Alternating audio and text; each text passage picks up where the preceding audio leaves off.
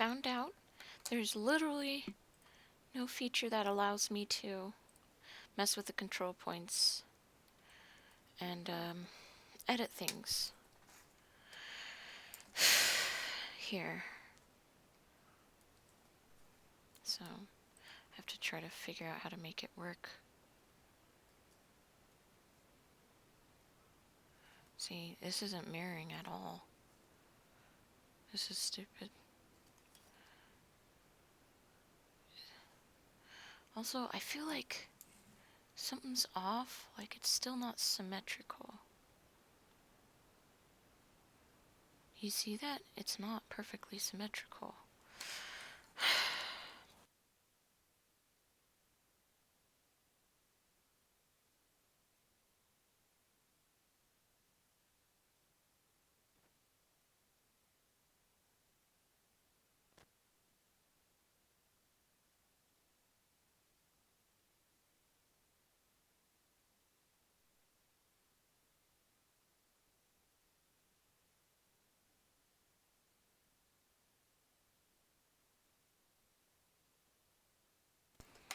You love symmetry?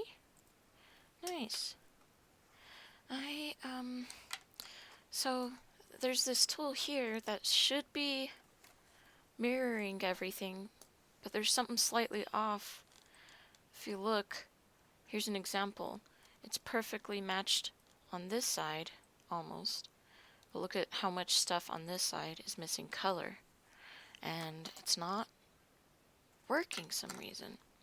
So I also feel like right here when I make adjustments, so look, it's not copying to each side. So I don't know what the heck is happening. Because it's impossible for me to perfectly mirror to mirror what's going on. See, that would fix this line here, but I think I might have to just things that are, yes, it is so frustrating, and I don't know how to get it perfectly symmetrical because I don't think this program has a alignment tool perfectly to the center. I had to find the center on my own. Let me see. So here's the center lines that I have.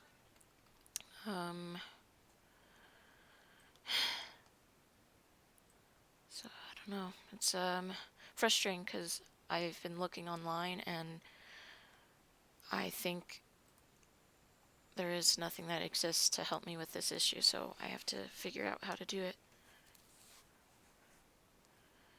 Yeah, exactly. Yep. So it's like there's some really cool stuff in this program, but then when I reach an issue and no one has the answer, it really sucks because then that means spend a ton more time figuring it out or trying to pretend I know the answer. So let's just see if we can shift everything over a little bit. Hopefully get the lines perfect. I don't know, right here, I can't tell if it's more that way or that way. But this is basically all by eye, so that's why I can't get it perfectly in the center.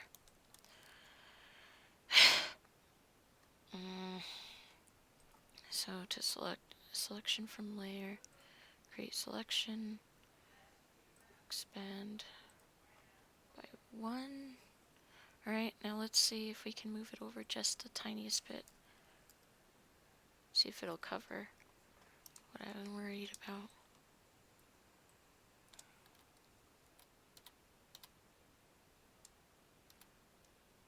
Let's see if that ruins this side, though.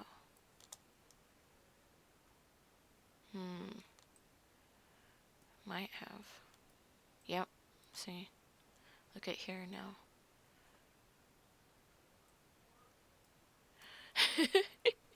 Yeah, I don't know what to do.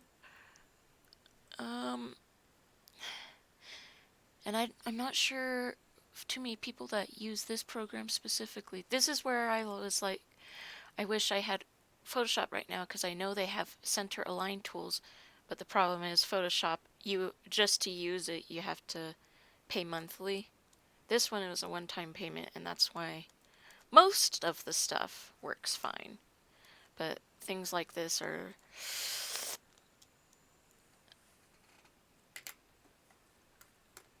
Oh no, which program is that? Because Krita is actually pretty good and it's free, but there are some times where it does glitch. But I'm... Yes! They're evil. I don't... Well, maybe not evil, but definitely much more expensive than they used to be, and I cannot afford them, so... Yeah, Krita's pretty good, yeah. I would say it's probably like 75% of the stuff that Photoshop has. At least from what I've experienced. So it's almost there, but not quite, but it's pretty darn good for being free. I don't think there's a center align tool in that program either. I'm not sure why that why that would be a tough tool to implement because I don't know coding, but I do know how some of the logic works. Like, for example, you'd put in when someone selects this option, snap image to origin point, so it would use the math here. Yeah, sometimes it's not very... Yeah, sometimes it can be frustrating to deal with too. Thankfully, there's a lot of videos for that too, but once again, if you find like tiny problems like this that you want to perfectly fix, you have to kind of do it on your own unless someone's like a complete Krita pro. You do know coding. Really? Yeah, so I'm not quite sure what kind of coding Krita uses, but I do know that they accept, I think it's like an open software, so you could, if you were able to figure it out, you could try to fix it, but it's probably much more complicated than I think, you know, because even just the bit of coding I have tried is really hard. Yeah, it's amazing that, and I think they understand more that, oh, wait a second, maybe producing art does not make a ton of money. Maybe let's let them try to make money before they spend it all on a program, before they even make anything. that's that's what it seems like. Unless you're a super big artist that's making big bucks all the time, you can't really make a profit. So programs like this, you can at least make a little bit. Okay, so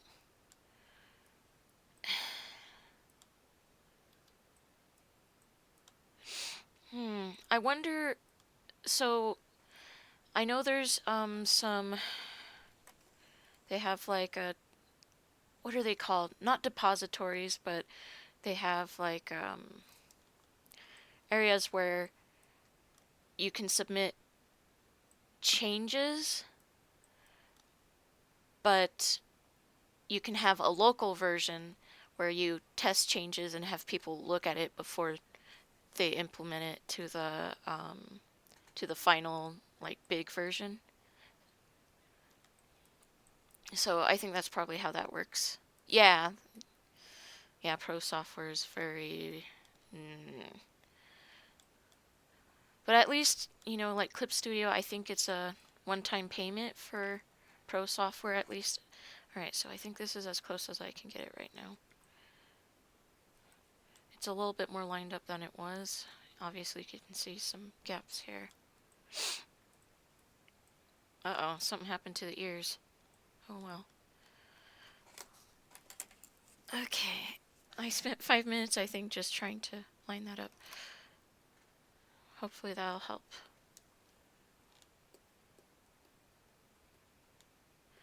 Yeah! Exactly. And so then literally the only option is to use pirated expensive 3D software or Blender. Blender's basically like the Krita of the 3D world. Except Blender's amazing. It can I haven't learned all the tools in it, but it can do um 2D stuff and animation as well and video editing. It's like all in one. Yeah, but I wish there's just so much stuff to learn though that I haven't really had the time to dig into it. But it would definitely be a nice one to get into, I think. Um, I have this friend that I think he's learned Blender like last year or the year before, and now he's making like god tier effects. I could probably share one of them with you. God tier effects. I mean, sculpts. Lots of it he references, 2D art pieces that other people have made, and then tries to emulate them. Yeah, it's starting to get to 2D, but I definitely feel like it's much stronger with the 3D. Okay, here's it might be almost not safe for work, but KFC posted this themselves. So let's see. So this one is actually a recreation of a picture that KFC itself posted to their own Twitter. So and he made this all in Blender. And I'm like, what the heck? Yeah! And it looks exactly like the original post. Let me find the original post so you can compare it. But he did it like down to every muscle and ripple and other things.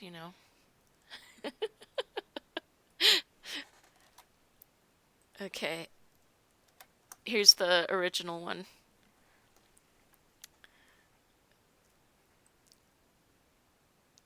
I wish they responded because this remake is really good.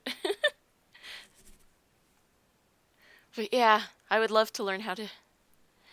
Yeah, yeah, definitely. But I think that would actually be pretty good practice, especially if you're trying to craft your own. What do you call it? Your own. Yeah, yeah, because you actually have something that it's based off of. So then, someone can say that doesn't look quite right. But that's something that you need to do, especially when you're sculpting for games. You have to try to learn how to do that. I think he does this right now as a hobby. I definitely could see him getting a job with it, though. I definitely want to get more into 3D sculpting, but man, I am super slow. It's very. It's much. It's kind of like animation. It's extremely time consuming for, like, you could spend hours on just, let's say, a monster's tongue, for example. Yeah, I feel like he could. I'm not really sure if he's still in school or something, but I think he could pursue it if he wanted to.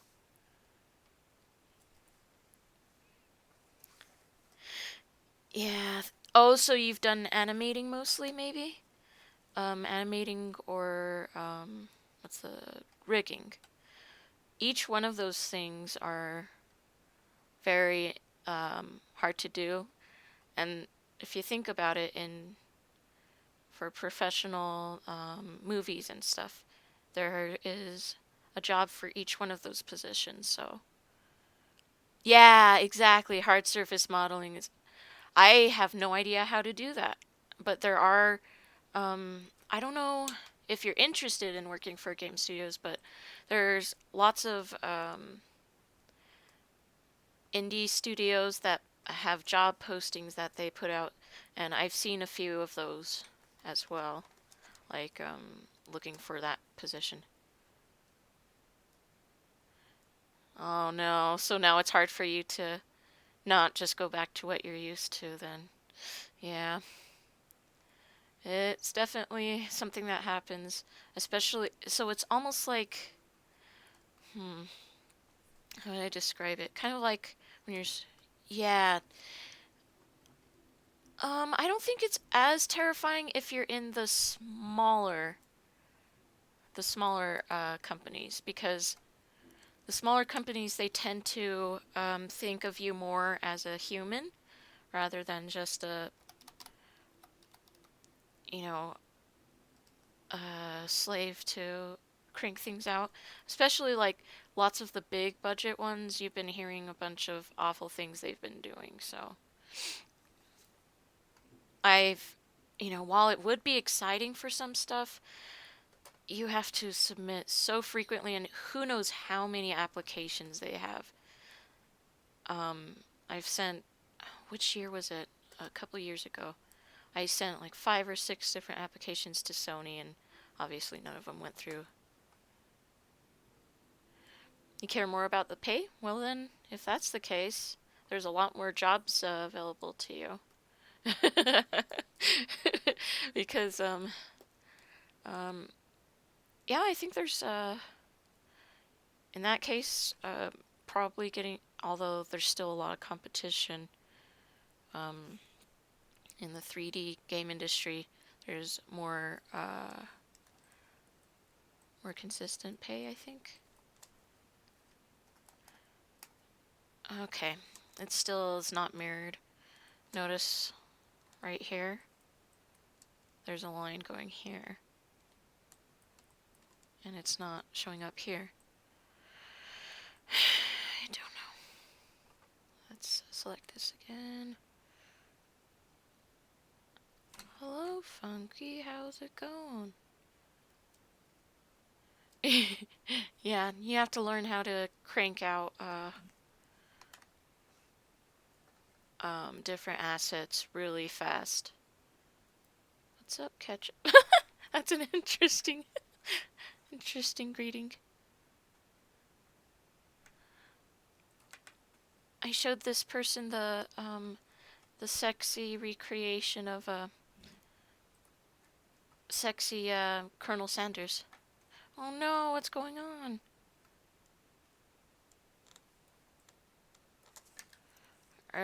Is it coworkers again or customers this time? Oh no, is it that same one that's been bugging you? Oh, boo. Oh, this is what I did wrong. Okay, so I have it selected. When there's have you told them how much they're distracting or irritating you? Oh no. That sounds crappy. The previous day they were asking about all the personal life details and not very fun stuff. Oh, you're working at different stores? I thought it was just one repair place. Huh.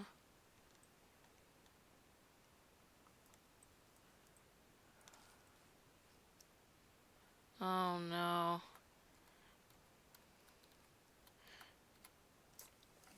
Does he think he's better than everyone else? Is that why? Because there are some people that are like that. Yeah. I think they're too cool for school.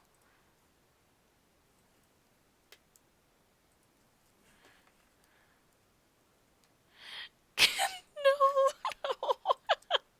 I can picture you doing that too.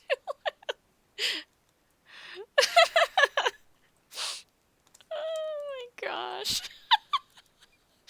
Oh no, so he's more like doofy rather than full of himself. Um, in that case, that would actually be a little bit better to deal with, because at least they're not actively trying to be mean to you.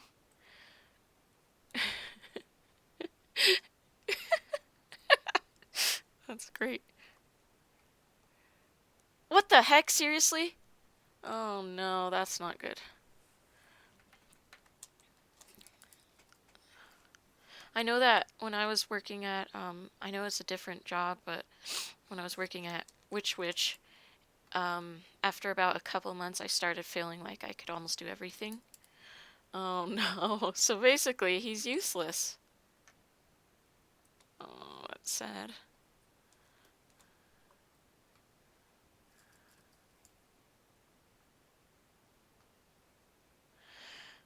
Why is he working there?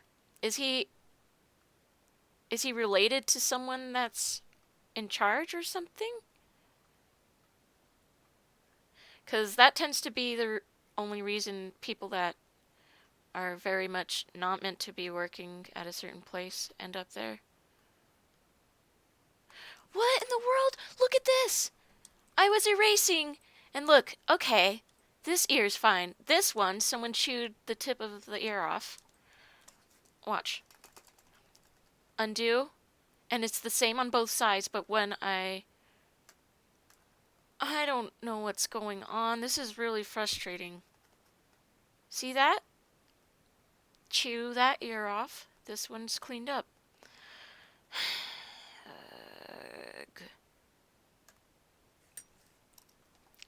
Why? Why you do this to me? Well, what I can tell you, Funky, is that, try to make it, like, try to figure out a way you can talk with them, or what's the best way to communicate, I guess? Because there are some people that you will talk different with depending on how they act. Okay, I need to select this again. I need to figure out what's going on. Sorry, I keep sniffing ear.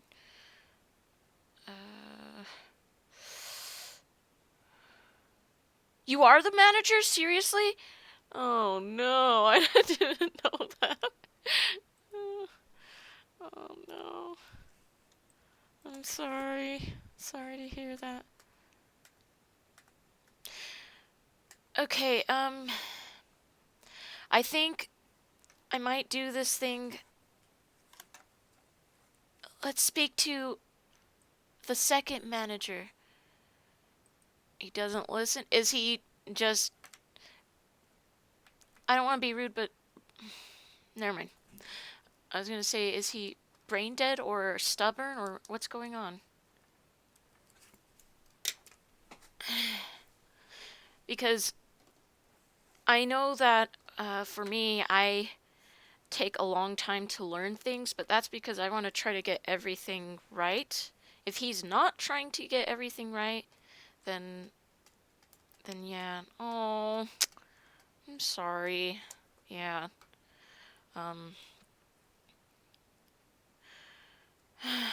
So I'm not sure how to deal with that because my patience, I am like right now, that's why I'm talking because I am very impatient and I can't figure this out. So I might just do the lousy way and stop adjusting both sides and just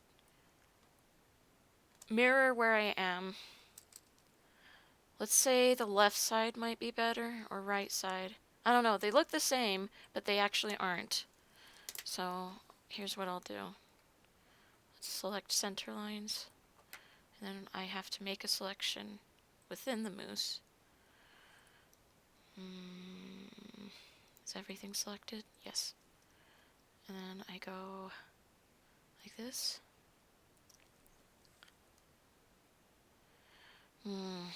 Okay, I see. Left side, okay. Okay, create selection from layer. No, actually what I have to do here is I need to use the selection tool here. And I'm going to get as close to the center line as I can.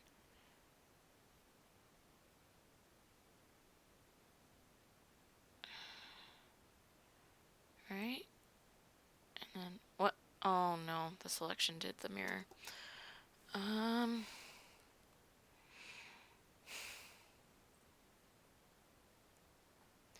Let's turn off the symmetrical roller. Hide it. That should do it. Okay, let's try again.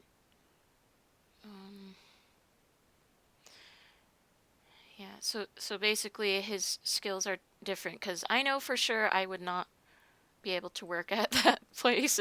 I am awful at um I don't even know where to start with like barely diagnosing things on my computer, so that's how I know that I would probably be in that situation like him because but it's just the wrong place for him and maybe just let him know. You think that he's he's pretty great person, but in terms of how he's working, it's not always something that you can control what you're good at. And so you have to try to find an area, you know? Computer fan? Yeah. Yeah, my computer fan, I'm pretty sure, is caked in dust right now, so. Um,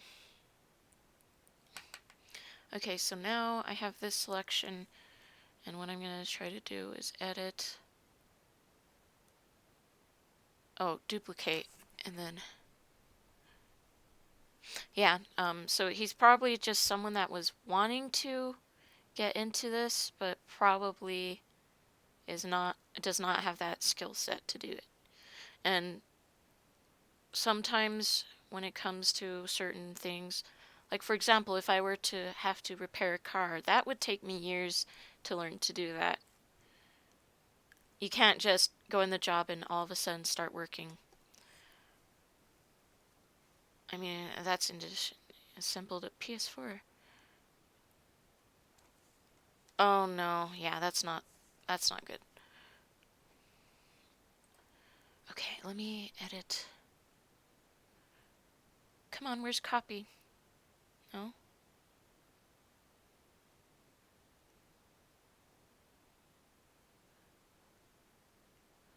New layer. Selection from it's not letting me make a copy. I don't know why.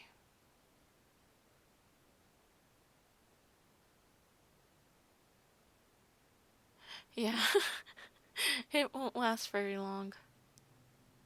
No, don't apply the transformation. Nothing even happened. Okay, edit. Select. Is there duplicate? Duplicate layer. Oh no. I have all the copies in one? Let me see.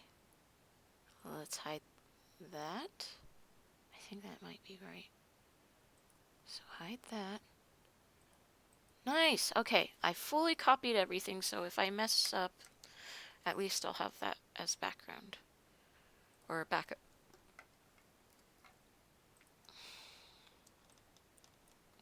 Okay, now let's try this. Edit. No, first thing I need to do, actually, is delete the right side. Symmetry tool, not working. Okay, I don't know what happened there.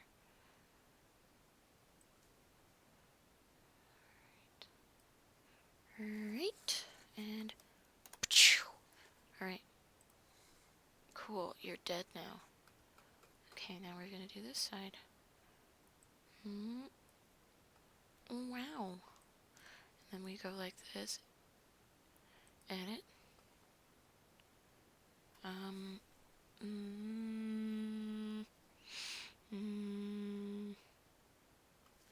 Do I duplicate again? Maybe? Or, First, let's get rid of some of these things I don't need. Delete that.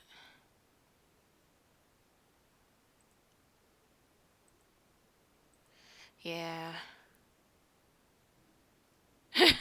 Yeah. Sometimes that's unfortunately the truth. And that's where traditional media has at least a little bit of a, you know, you have more control of the physical things of you messing around with it. Computer, you only like you have a certain There's good and bad for both ends, you know.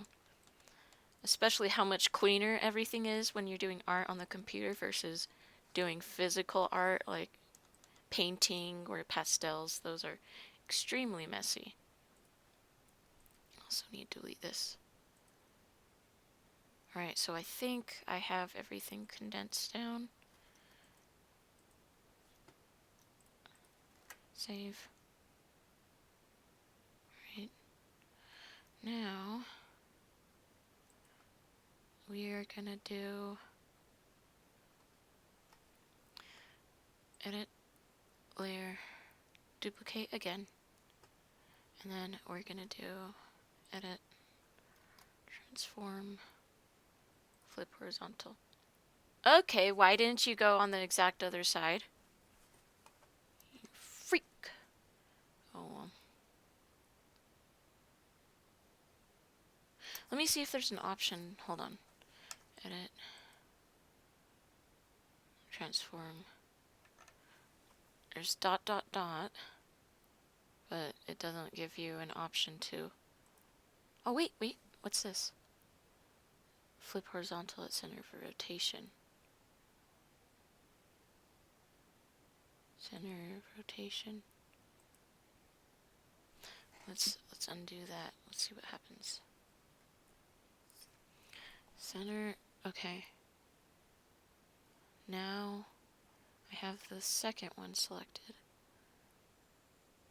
Change vector width. Why? Why would you do that? No. Keep aspect ratio.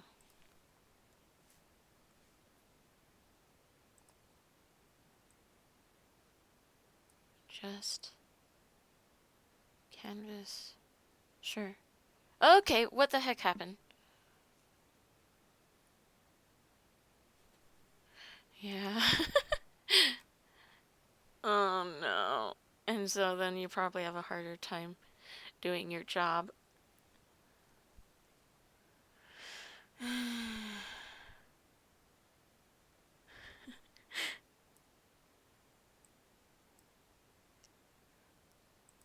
Let's try right. And then we do. There we go! It worked! Hooray! Hooray.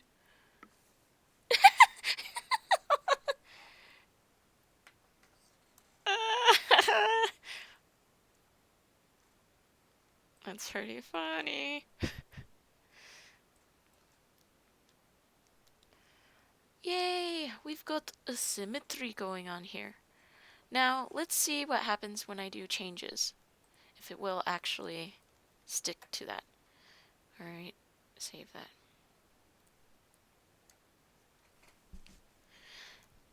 Yes and no. So that could be something you do, but the problem is, let me hide this real quick so you can see what I mean. So let's say I go like, yeah, finally something's going on. I also like to sniff in people's ears. In case you couldn't tell. Okay, so let's go back to edit, transform. And then it was flip horizontal.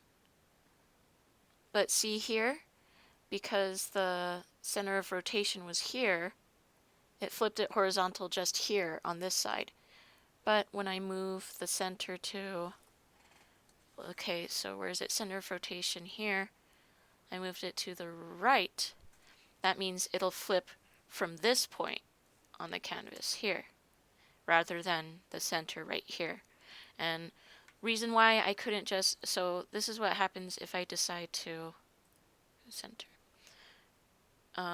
If I wanted to just try to perfectly match it up like this,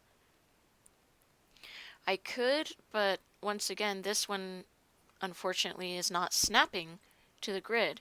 This one is only eyeballing, so I could still have it slightly off and not really tell until I start making changes.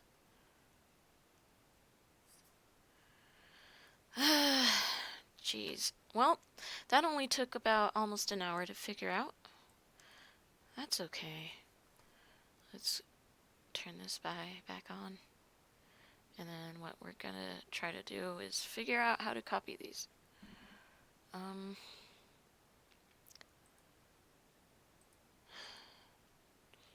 So I have to merge these guys somehow.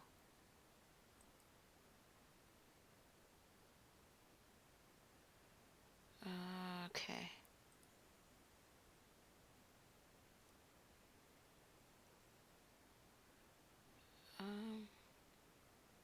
I don't know. So I have, let's see, where is it? So you have snap to grid, but the problem is it doesn't really snap to the grid like it says it will. Here, let me go back to, I think it's this one I have selected. Edit, and then transform, flip horizontal. Okay, so I've got snap to grid turned on, but still, once again, I don't know why it's not snapping. See the way I'm able to move in between? I don't know why. It's supposed to be like, when something says snapping, it needs to snap directly to those lines, but right now it's still doing just like small increments, and that's not how it should work. Up and down, it does it kind of. Not really.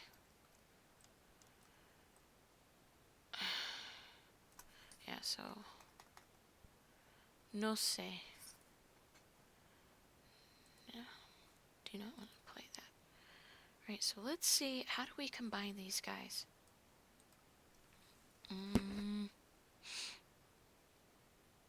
Because if we merge them, we don't want to flatten it and then...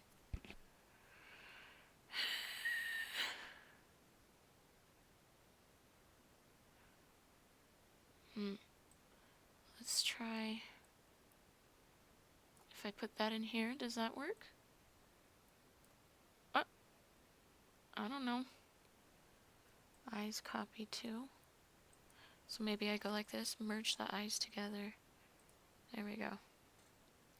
Smooth line, copy. Okay, so this one, merge with layer below. They stay vectors. Good. That's what I needed. Oh, thank you, WH Square. I appreciate it.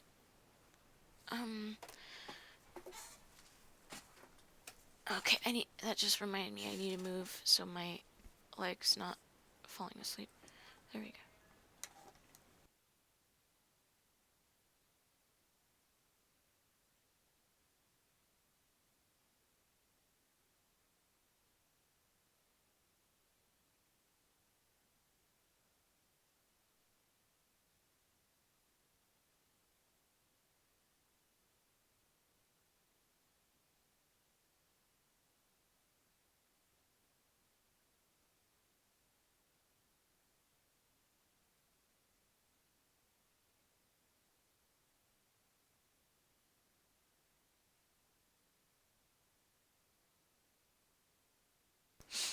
Okay, smooth line, copy.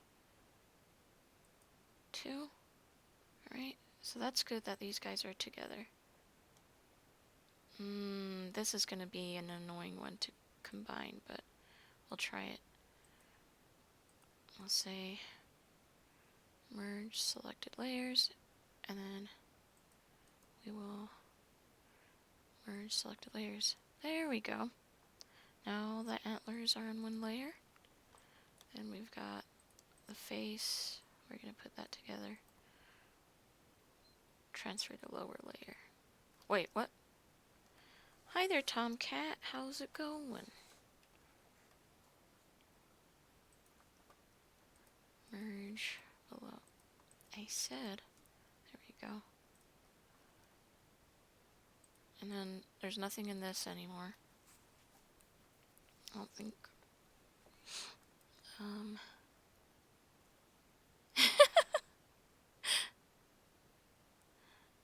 Oh my gosh. How do you get all those from... Are you subscribed to LC? Is that how you're able to do that? Delete. Mask. Right, now this is just a folder. We can delete this. that one's locked. So eyes, lines, antlers, face. Okay. Let's try again. Let's see what happens. I have a strong feeling things are not gonna work, but it's worth trying. So we go lock the eyes, antlers, face. The color is not gonna be the hard part. The gorilla orb is your own. Is it for yours? Or for your channel or whatever? Oh my gosh. Dogs and cats and boba and ducks. Okay, let's deselect that.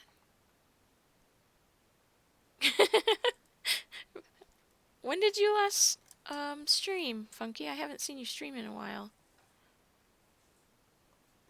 Yeah, I thought so.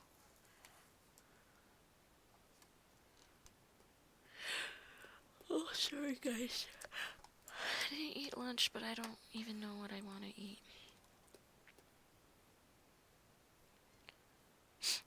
Alright, so now this is literally an exact copy. There's no way things will go bad, right? No way. Let's go to 10. And then let's go to here. Here. And then let's see how this happens. Oh no. Is it gonna die? Please don't die. Okay, it froze. Yeah. Okay, I just crashed the program. That was cool. Wow. That was great. Aren't you guys excited? Fun, exciting things are happening. Alright, well, we'll try to open it again.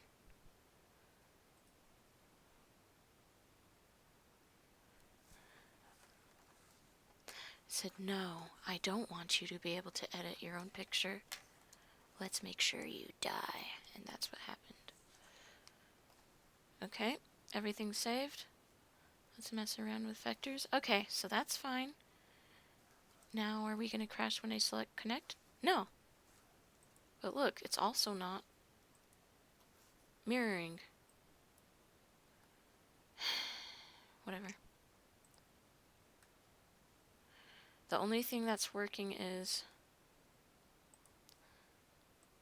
nothing. Yeah, see? It's not working on both sides.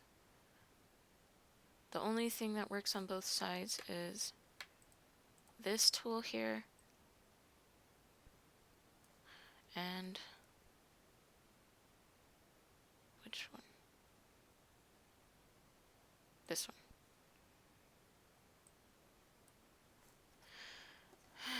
Okay, let's try this. Connect. Okay. Hey, that looks nice. That looks symmetrical. There we go. That's okay that wasn't mirrored, but that was just like right there in the middle, so that should be okay. Connect, connect. Okay, that's not happening. Now we're going to try the redraw vector lines. I'm not really sure what sort of function this is doing while I'm scrolling through it. I'm just literally dragging things and hoping something works out. Because if you look, you're not allowed to drag individual control points. It's not mirroring at all. Which makes no sense. But that's how it works. That's what it is. Okay, I really want to make this blend in here. See? Is that even mirroring? Okay. Something's off. Easy? No. Okay. so close to getting what I need, but I think what I'll have to do is this. 6, 7, 8, 9, 10. And then go. Wow. Wow. Okay, that's good enough. Okay, this is looking a little better. I'm going to call this moose not symmetrical moose as the background. Or as a backup.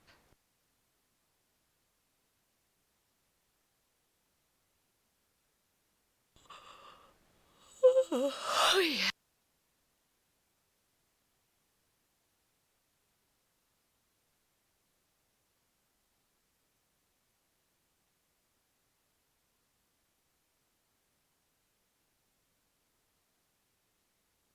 Okay, not symmetrical moose.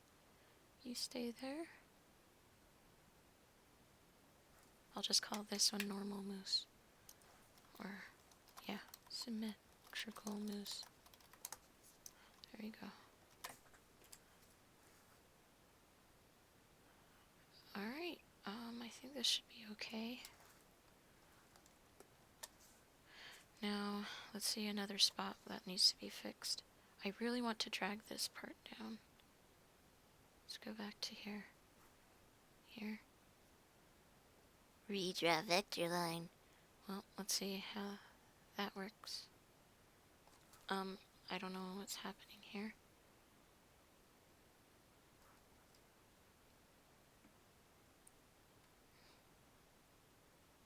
Hey Funky, for a Minecraft base, I brought back some axolotls.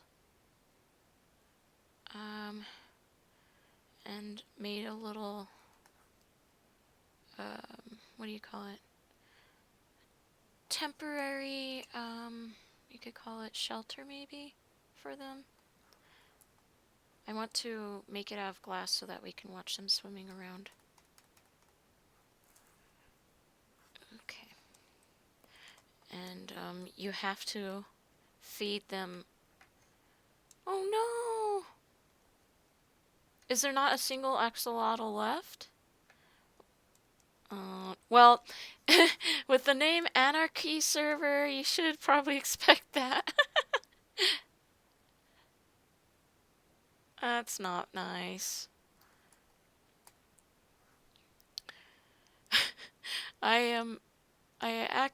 So I was trying to look at, he had 5! Oh no! How many people are in your server? Because then you guys could try investigating. Because if there's a jerk on your server, kick him. Kick him out of there. Reduced to atoms? They're more like adoloxels. 25 people? Okay. That's gonna be a little bit harder to, Okay. Yeah, when there's randos or people you're unfamiliar with, that's gonna be a lot harder.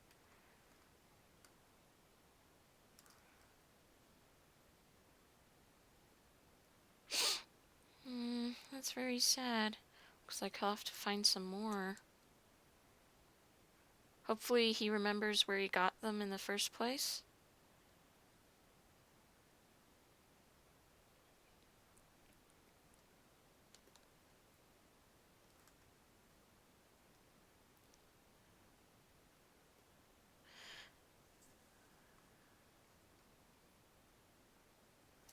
It would be fun to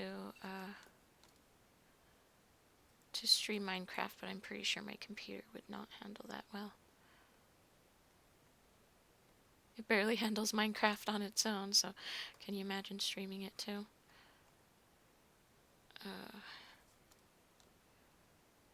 Yes, exactly. If you're gonna name the server Anarchy, you cannot expect anyone to be respectful, unfortunately.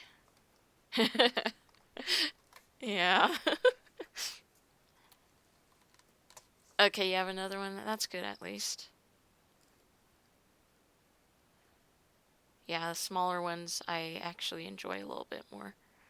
Good, as long as it's not anarchy.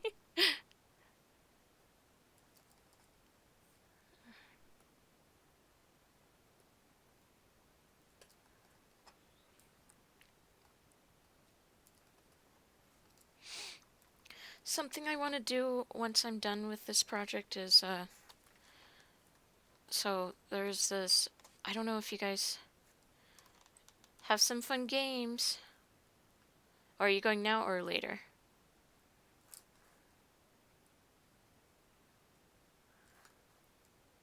Oh, goodbye there. Good luck in your games.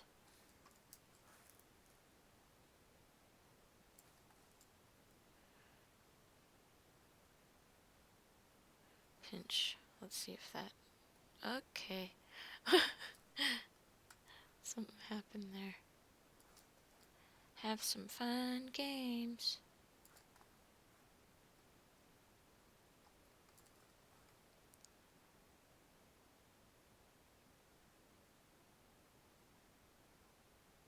I just want to shrink this a little bit, not that much.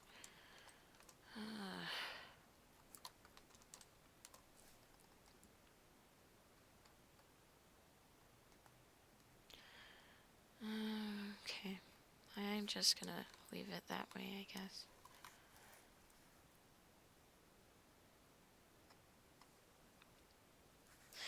What task are you gonna have to make your coworker do right now?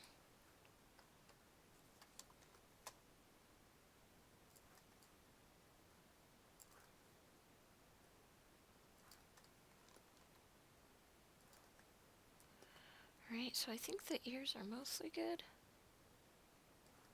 Almost perfecto.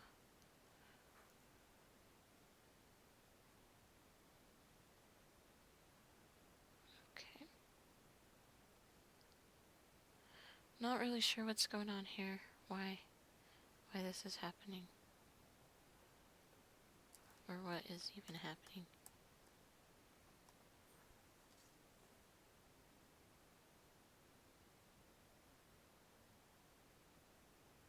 No. I'm just gonna leave you. But this here needs to be fixed.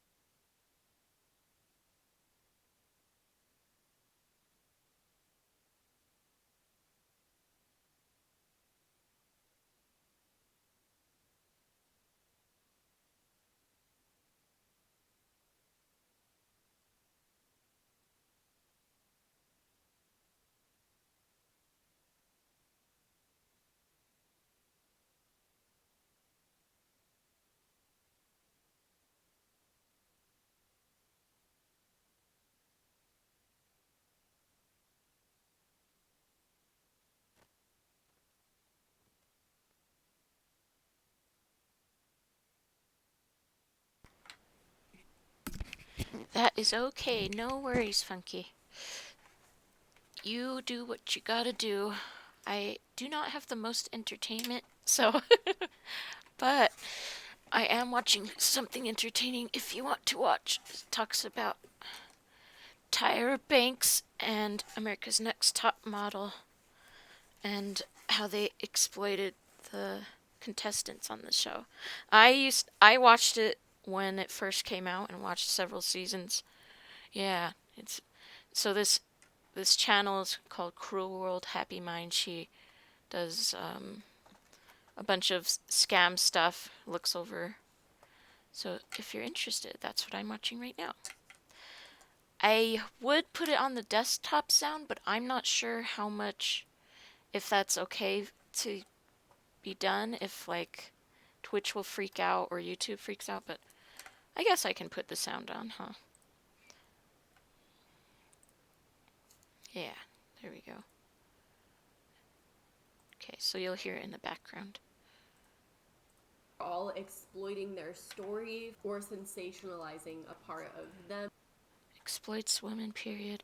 When she gets out what she wants from you, then you're done to her. You're nothing. She preaches on TV. She's just like you. She helps girls, but she doesn't help girls. She exploits them. And who they are. Oof. I have a background as a model. The show, as you could probably guess, is completely different from what living as an actual model is like. In fact, living as a model is not glamorous at all. People in America's Next Top Model after the show would go on to trying to become a model and then completely fail because everything that they learned was completely wrong. What? Agencies wouldn't take them seriously or wouldn't accept them into their not agency fair. because America's Next Top Model kind of has a bad name in the modeling industry. Uh-uh. So these girls would kind of be left in the dust. Nobody wanted to work with me after the show. I was labeled a bitch and super ghetto, so when I would walk into agencies, a lot of them recognized me for. Oh no, because you know the way reality shows, they like to make different people villains and cut out certain clips just to make them look bad. The show exploited my personality in such a negative way, it stopped my career from flourishing. Oh, that sucks. Literally nowhere to go after the show, no idea on what the real modeling world is like, and America's Next Top Model did nothing to help transition them into a legitimate modeling career after the show. They literally just booted them off and was like, go figure it out, even though we haven't really taught you anything. And we've now given you a bad rap in the modeling industry. There's been stories of girls who, after America's Next Top Model, had to resort to escorting because they couldn't get any modeling jobs. This was after being on a famous reality show that was supposedly helping build their careers. Of course, America's Next Top Model can't be fully to blame, especially for the really dark things that have happened to some models, but it is a pattern that you can see with a lot of models who end up going down really dark paths after the show with no help from Tyra Banks or her show.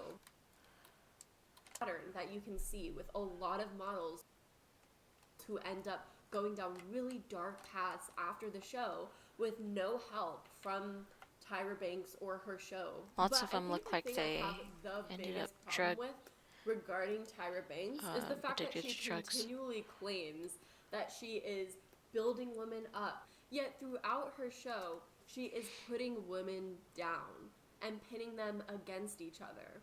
So let's take a look at some of those clips. So I really started after the show because that really didn't do anything for my career. Which it doesn't do anything for any model's career, realistically. But a photographer from London hit me up, major photographer, Nick Knight, and he was like, hey, I seen your photos online and I want to, you know, do a shoot with you. It went viral and I got campaigns from there. Oops. And it hasn't stopped since. So was the show, were the opportunities that you thought were going to come from the show that just never happened? Well, that's why I went on, because I thought like that was going to be a career starter, but it was really like a reality TV show. That's not what I signed up for. You made it in spite of the show. Well, I wouldn't like to say that because it was still like a part of my history, and I'm really grateful for everything that I've done to get where I am. Did she say that? Yes. I discovered her on Instagram. Yeah. Yeah. Tyra taking ownership of Winnie's success and blaming her past instead of listening to her. Oh, really? Well, come on, I discovered her on Instagram, so, and she's on the show, so what do you think that means? There you go. It must mean You know, something. Yeah. I have nothing but love for my girls, and my girls come from so many walks of life and so much pain and so much hardship and so much story. And a lot of times when people express themselves in certain ways, there's a reason. Yes. And I will respect her confidentiality in her life, but You, yeah, but I have to give love to her. You're so actualized, Tyra. I mean, they're all my babies, even the ones that act out. Girls, let's do it. Carrie D, you're from Fargo. Come on. I forgot. This is real modeling, guys. Being cold as heck.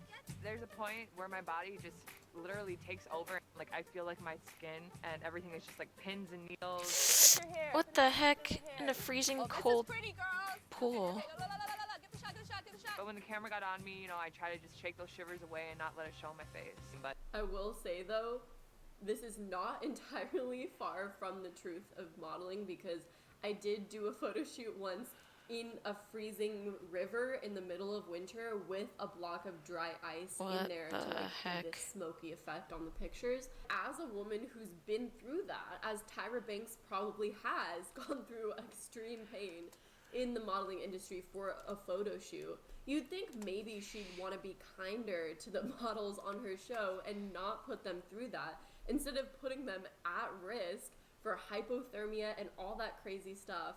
Like, okay. He actually had to stop because she was so cold that she was kind of convulsive. Oh. As a model, you need to tell people when you're past your limit. It wasn't just that she was cold. It wasn't just that she got hypothermia. She had reached the moment. Oh my gosh. So this woman who was trying to do as Tyra Banks said and go in the water for the photo shoot, she like reached her limit, but that's her fault because she didn't tell anyone. So Danielle, you went to the dentist, but you refused to have your gap closed. The gap is staying, sucker. They told them to stay in the water and deal with it, but then when she gets hypothermia, they say it's her fault. Okay, that makes sense. Do you really think you can have a CoverGirl contract with a gap in your mouth?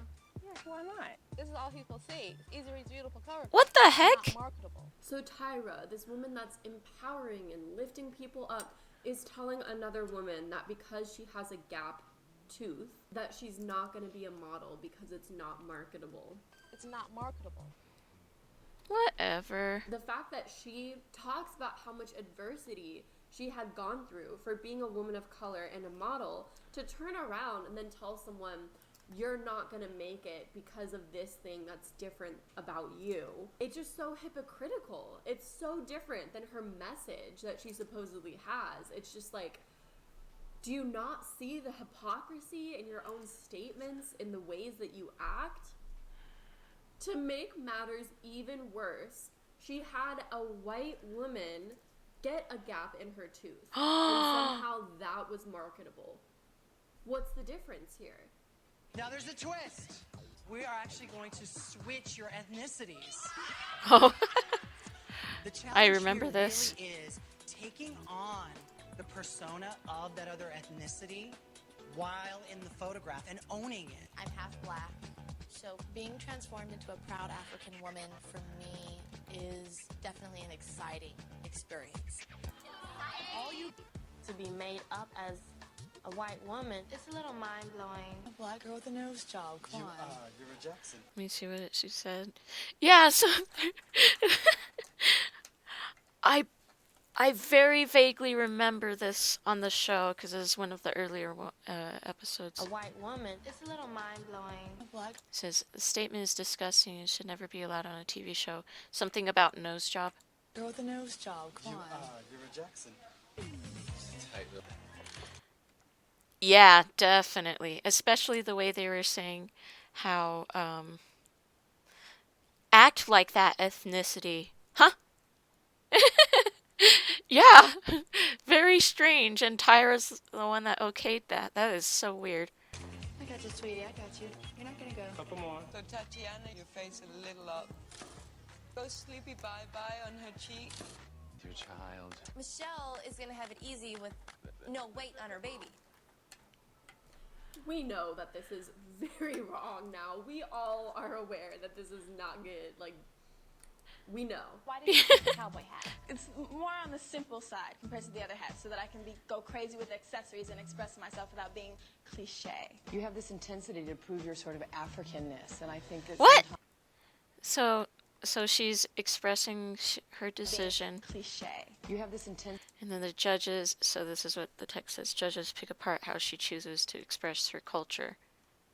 To prove your sort of Africanness, and I think that That's sometimes it's overbearing. It's just too much. It's sort of a layer on top of a layer. In response to trying to prove myself as an African, that's just where I come from. It's very natural to me. And I did not choose that hat for the very specific reason that it's very cliche. The fabric that it's made from is very artificial, very cheap, fake kente. I didn't have the time. I know I'm running on. There's a different way of explaining yourself and being defensive. What? Why are they attacking her? And you're being very defensive, and it's not attractive. She didn't do anything wrong. Takes a beautiful picture effortlessly. She's bringing something from inside. But the other thing that Yaya brings from inside that is so ugly is that superiority, condescending attitude. What? Another. Okay, weird. There's just something that rubs me. This is really weird seeing this this happened like when I was 6 or 7. That's when I watched this show. So it's really weird seeing it being picked apart on how rude she was to all the girls. It's freaky. Way when one woman tells another woman that their superiority complex is bad. It just always feels to me like a woman who's trying to knock down someone's confidence. I look at Yaya and I see someone who's really, really passionate about their culture and who is confident in themselves and their culture. And these judges just picked her apart for that. Literally, like if you watch that, that's literally what happened. And it's honestly infuriating. Both of you will pack your bags. Oh no, this scene. This is a scene that I remember watching this. Return to the loft. Rebecca, I admire your emotion right now. It shows to me that this was something that's very important to you. Tiffany, I'm extremely disappointed in you. This is a joke to you.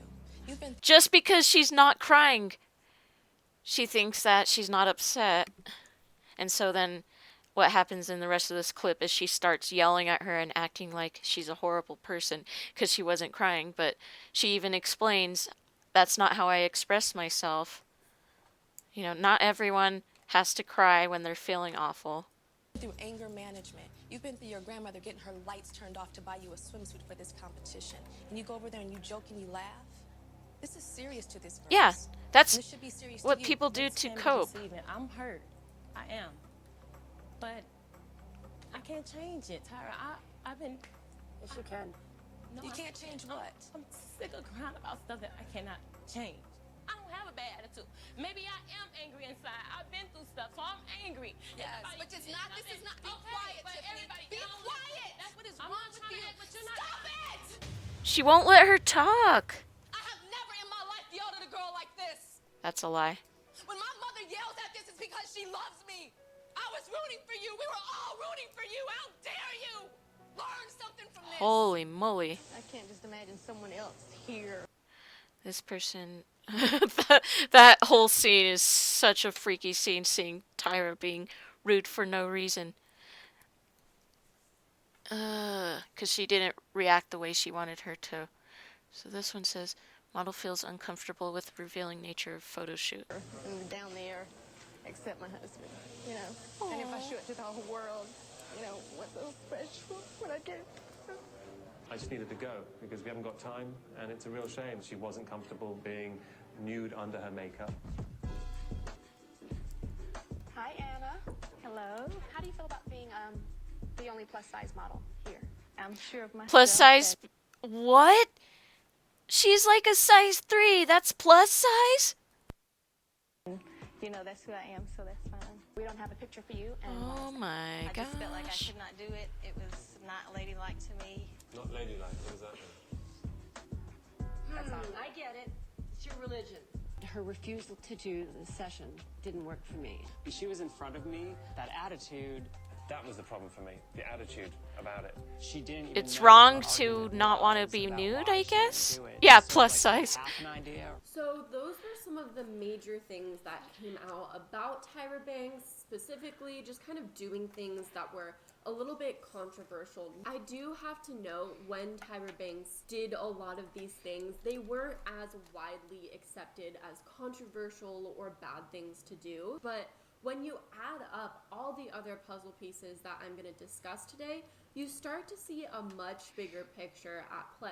Apart from the blatantly wrong incidents of Tyra saying that someone's look or appearance is wrong, there's also an overall image of how women are treated on the show that I want to showcase for you guys. America's Okay. Next Top Don't know Model what's going has on here. consistently had their models do things that are dangerous and ridiculous, and just overall, they make them do embarrassing things for the show, for ratings. This is humiliating. More and more each week. Watch this and tell me whether or not you think that this is ridiculous overkill and literally made for the purpose of embarrassing these women. Make it fierce, do something, distract them. So I think I did that in my face. What the heck? There's pendulums? There's pendulums swinging on the catwalk, so they have to... It looks almost like a... You know, a platformer where you have to pause to let it pass. They're saying she's mad? Why? Have you ever seen a model show where there's giant swinging pendulums that the models have to walk through? When? And the modeling industry is gross and exploitative in itself, but they still never have models walk through giant swinging pendulums. Never. So what the heck?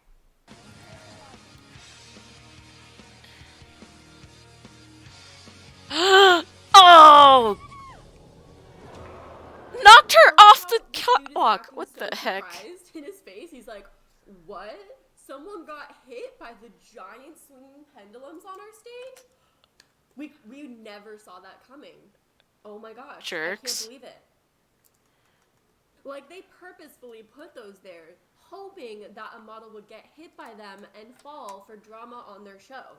Meanwhile, it's a young girl who they are abusing on this show. It's just like, really? Really? What the heck? A platform that moves side to side.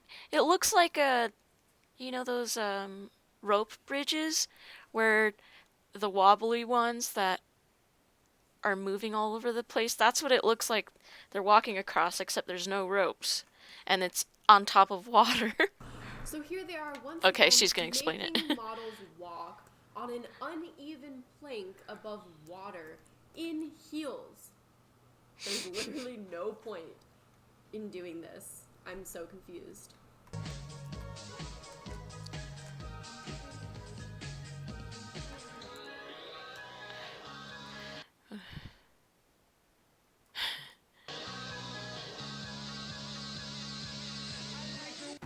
Oh. What the heck? Stepped on it with one foot. I like slid. I kept going after I fell off. I just kept going. Duh, people fell. If anyone was smart, they just pushed the other girl in the pool. So anyways, cue montage of insane, ridiculous, and dangerous runway challenges that Tyra Banks has had her models do.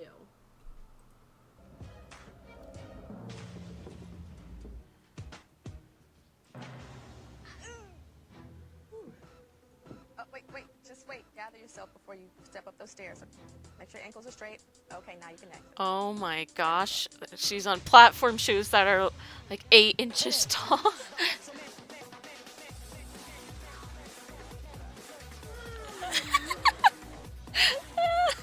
walking in a giant plastic ball on water. Why?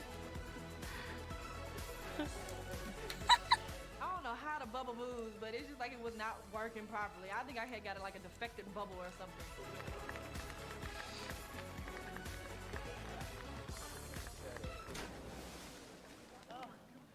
Girl down.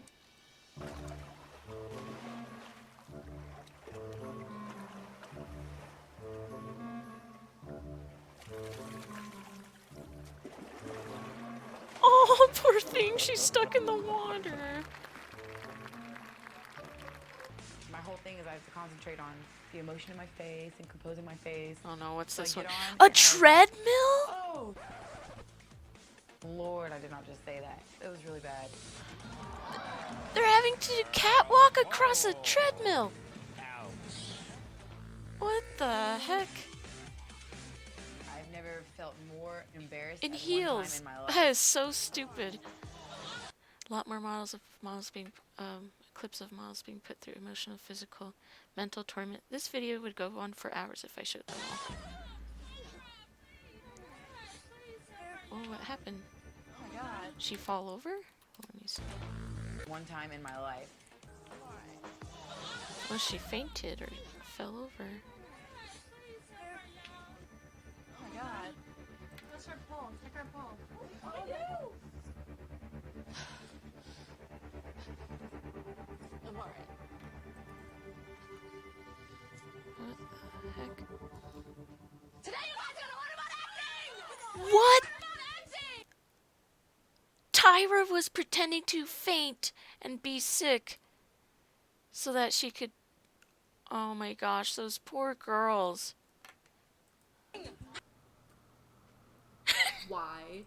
Why? So the disregard for models, the refusal to help young models in their career after the show, and overall treating the women on America's Next Top Model like rags that they can use and then throw out is why I really have no respect for the show America's Next Top Model. But America's Next Top Model is not the only career endeavor that Tyra Banks has had. The only thing I'll say about Tyra Beauty, the MLM makeup line that Tyra Banks started that I did an entire video on, so I'm not gonna repeat too much, but I will say Tyra Banks started a multi-level marketing company that she claimed would help empower women. But really, all that happened is a ton of women invested money into Tyra's company, and then they completely cut off their direct selling model, leaving their beauty-tainers in the dust after pouring a ton of money into Tyra Beauty. Also, as mentioned in the previous video, Tyra lied about going to Harvard Business School. She claims that she's a Harvard Business School graduate in videos and posts, but really all she did was get a certificate program through Harvard. That's still an admirable feat, but it's nowhere near the feat of going through Harvard Business School. It's just a little shady that she would allude to having a Harvard Business School degree when really all she has is a certificate. One of the most problematic things that Tyra Banks has done was her talk show, The Tyra Banks Show. There's a lot of really messed up stuff that happens on that show, so let's react to that.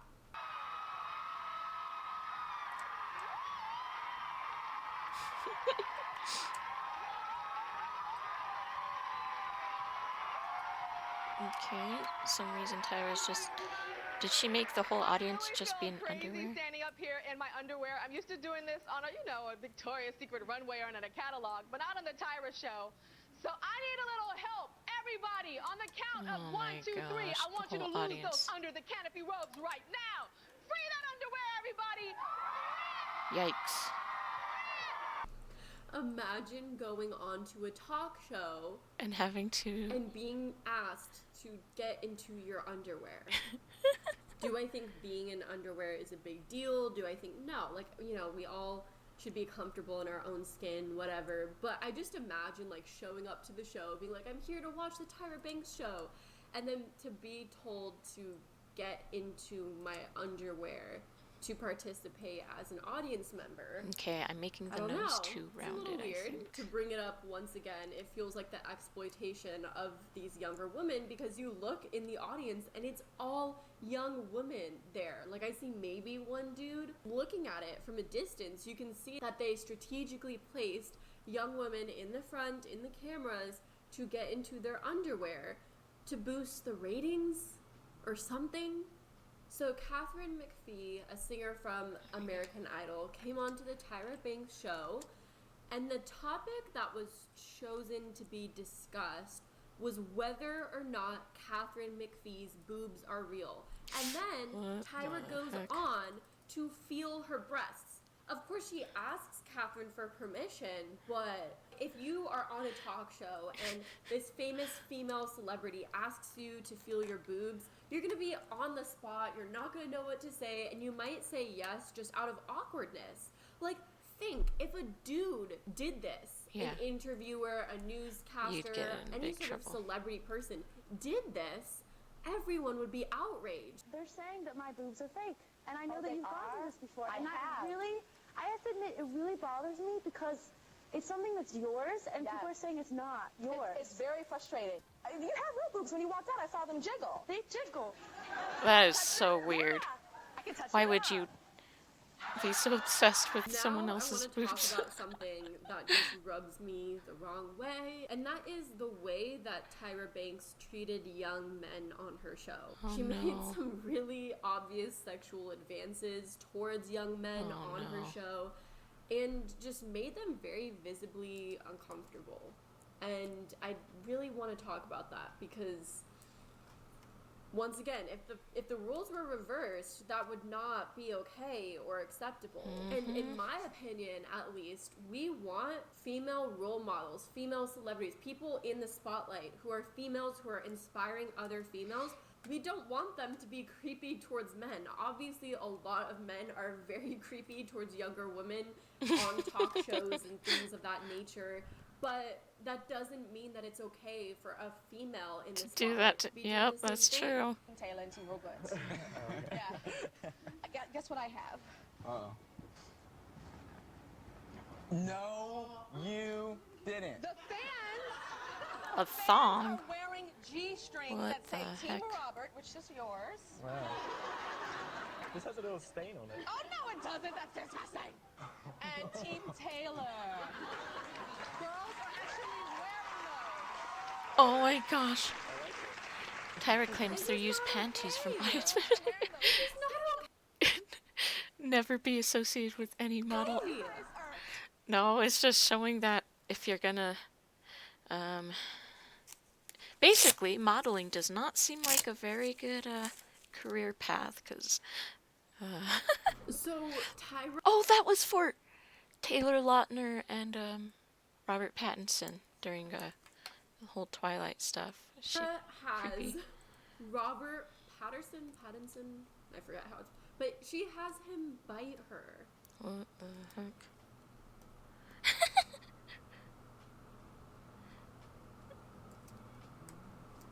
It's so wrong. Aw, her Poor face. guy, like, I can't imagine how uncomfortable you have to be to go on a show. You're trying to just promote your work, like, hey, like, I just did this thing. It's kind of cool. Watch it if you want. And then the host is just like, bite me. Bite me. Oh, yeah, your movie, that's cool, but bite me. I want you to bite me right now. Really? I want you to bite me, Robert. Where? On my neck.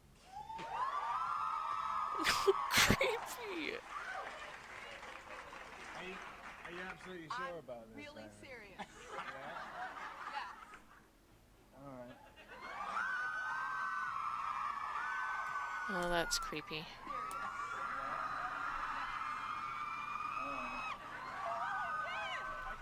Oh my God! I left a mark. Did he leave a mark? Her reaction, too. I'm just like, Oh my God, I got a hickey. everything about this is so wrong. There's been a lot about really awkward talk shows nowadays, like the Lily Singh show and how bad that went and everything, but nothing compares to how bad this show is. Nothing compares to how awkward and horrible the Tyra Banks show is. Here's another example of Tyra being kind of creepy to someone. She's having Bow Wow sit on her lap to explain the birds and the bee. If you ever fall in love with a woman and you want to rub your stem on her petals, you have to put on gardening gloves. Every single time. Especially after Tyra comments on Bow Wow's muscular, sexified body.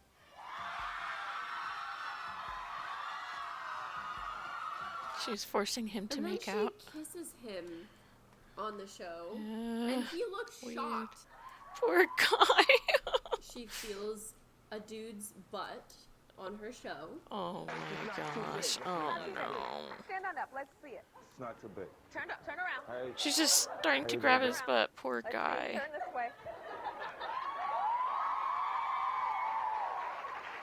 Very nice. She asks the guy if he's been practicing safe sex. So I have to ask you a personal question. What does that have to do But with you're on anything? my Tyra couch and there are no personal questions. Were you practicing safe sex? Yeah. Whatever gender you are, you should never feel pressured into answering anything about your sex life.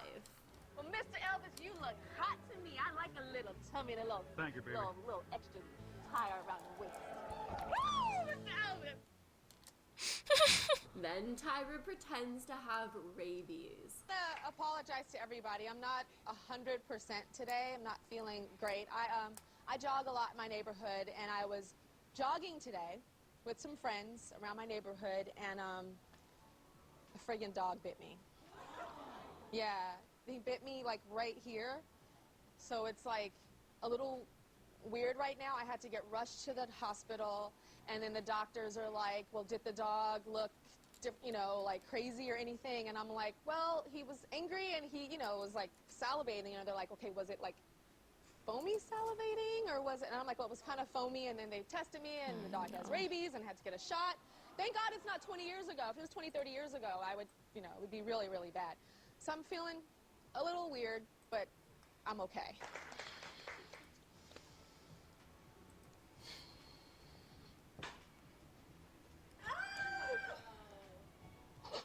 She's pretending she has foam. She's foaming from the mouth and spitting it out. What the heck?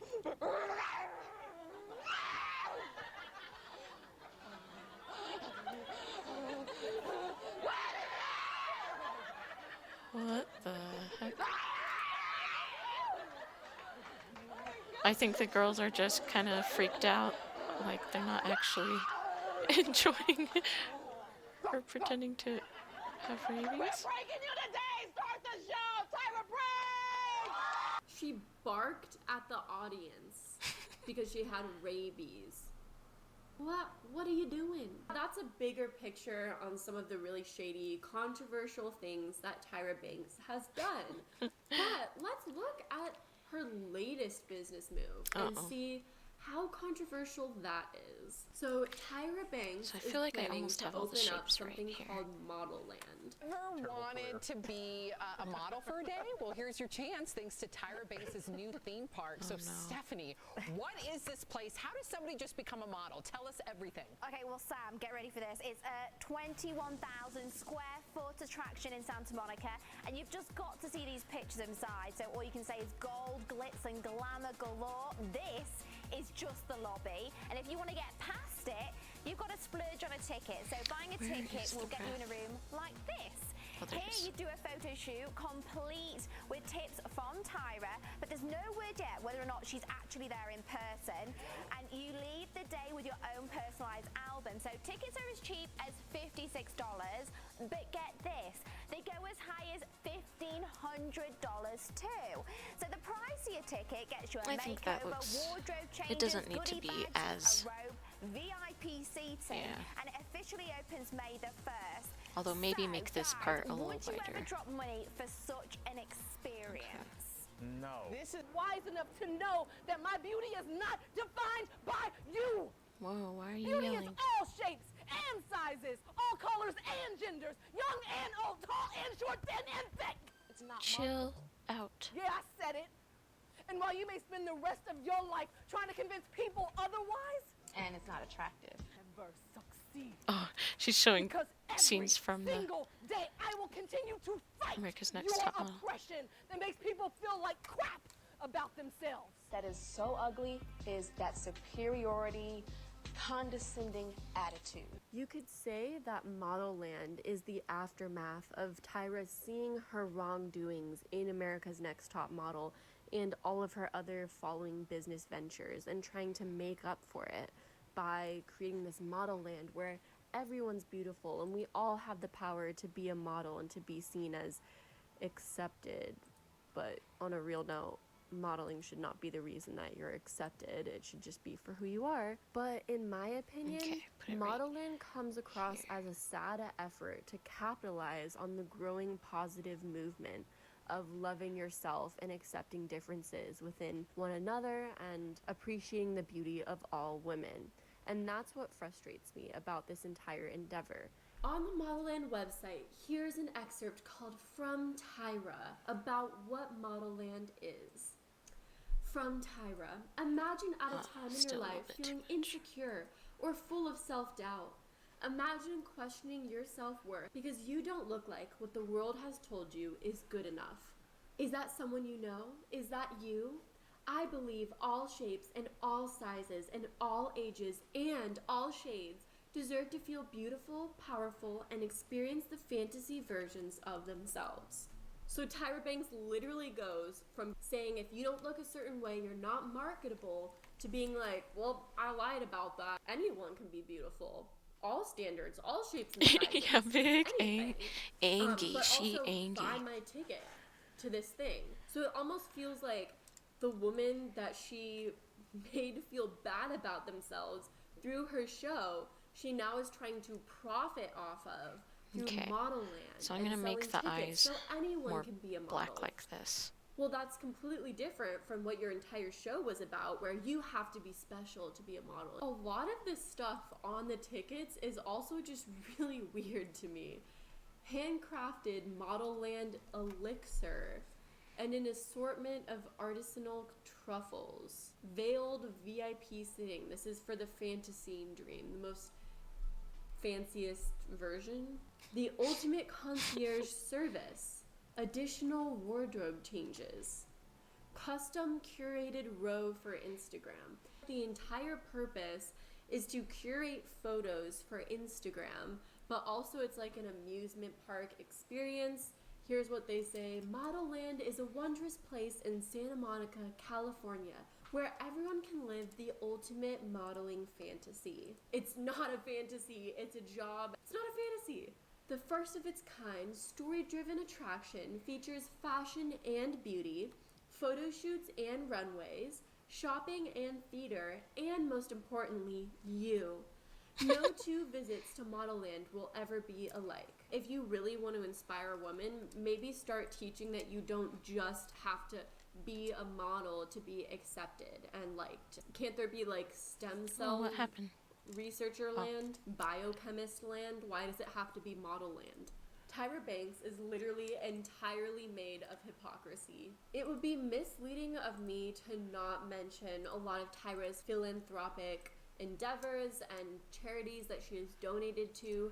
She has done a lot of good work with that and has broken a lot of barriers for Black women, and that is amazing. And no matter what, isn't something that I can ever take away from her with a single video talking about problematic things she's done, and I don't want to. It's just so sad to me to see a woman who claims to be an ally for other women use the same tactics I saw in the modeling industry that were meant to tear down and put down women. You could say like, people are so dramatic. That was in the past. Why are we making such a big deal out of it? Yes, it was in the past. I agree. So to hold Tyra Banks against her actions in the past when there was a lot of different social understandings would be wrong and unfair. But at the same time, I want to point out, Model Land itself shows that she's still using the same tactics that she's used in the past to make money. She started an MLM business that was claimed to lift women up, but really just ended up stealing money from women and still hasn't spoken up about that. She put young women on America's Next Top Model through literal danger and torment. It wasn't just saying controversial things that are now controversial. There were dangerous Wait, things what the heck? that she put young women through. Look, it didn't mirror. Huh. Weird.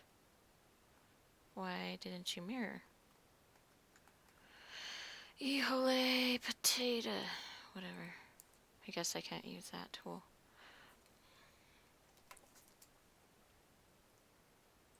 On her show and made millions off of doing so. We don't need another female figure doing the same or for women to think that this is a legitimate way to build success, which is why it's so important to speak up about those things. And that's really all I have to say on this topic. I just wanted to talk about it just to spread awareness on it. I do wish Tyra all the best. I admire her for all the great things that she's done. I just wish that it didn't come with all of the bad things. Thank you guys for the people that have been emailing me, messaging me, and I'm so lucky and grateful for all of your support.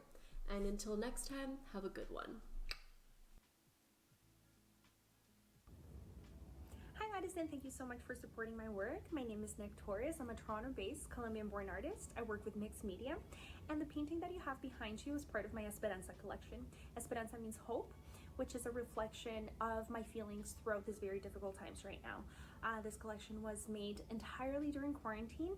Retro and video it game has, scam. Let's see.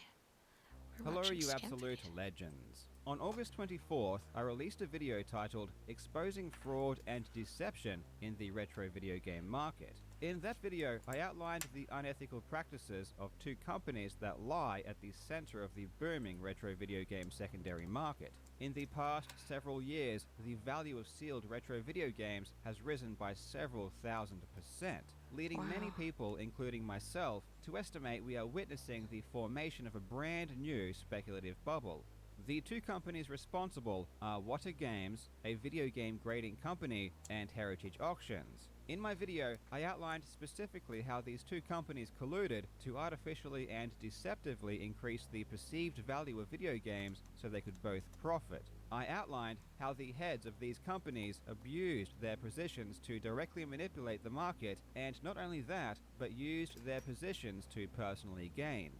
Finally, I exposed how this isn't the first time this has been done, and the same person at the very top of the hierarchy was directly involved with the rare coin bubble that was manufactured in the 80s. When I made the video, I wasn't sure how you would all react. When I look at the situation, it seems fraught with shady and immoral practices, but it wasn't obvious if anyone else would connect with my message. However, it was immediately clear that almost everyone who watched the video agreed that this wasn't right.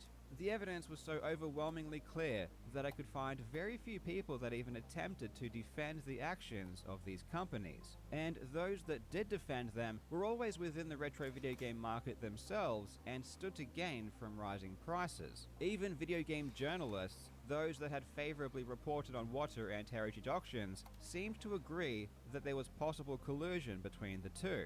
The best attempt I saw at rationalizing the actions of these companies was, it isn't illegal, as if legality is the purest benchmark for ethical business practices. Well, in this video, we will put that defense to the test, because in my opinion, the actions of Wata Games and Heritage Auctions were illegal, and I'll explain exactly how in this video. In the past couple of months, more information surrounding the individuals responsible has surfaced, and I have to say, this new information hasn't improved the situation. The depth of their dishonesty is worse than I previously thought. Since my video, most of the parties have responded, and one thing is certainly clear: they do not care. Even with universal damnation, they deny any wrongdoing whatsoever. Today, I will spell out why their actions were wrong and why they were illegal. I will even have an actual lawyer weigh in on a few of these issues. I will share with you some shocking new revelations that make things even worse than we thought. And finally, we will take a look at some good things that have happened since my last video. I hope you enjoy. Now, legends, please join me in thanking this video sponsor, Displate. Thanks for the sponsor. Fast forward. Okay. Before we get to the updates, click the link in. Oh my gosh. Spy, demo, NG, pyro, or sniper? Spy, I rarely play Spy. Pyro, I don't play him very much either, even though I like him. NG, I play a good amount. Demo, obviously, a lot. Sniper, I really want to get better at him. He's a lot of fun. So, I don't know. I don't know what the question is about. The description. Before we get to the updates, let's very quickly recap what was covered in my previous video. I began by explaining how speculative bubbles are created. The price of an asset rises. Let's look. Where is... Huh. Yeah, I'm not really sure what your question was, but okay.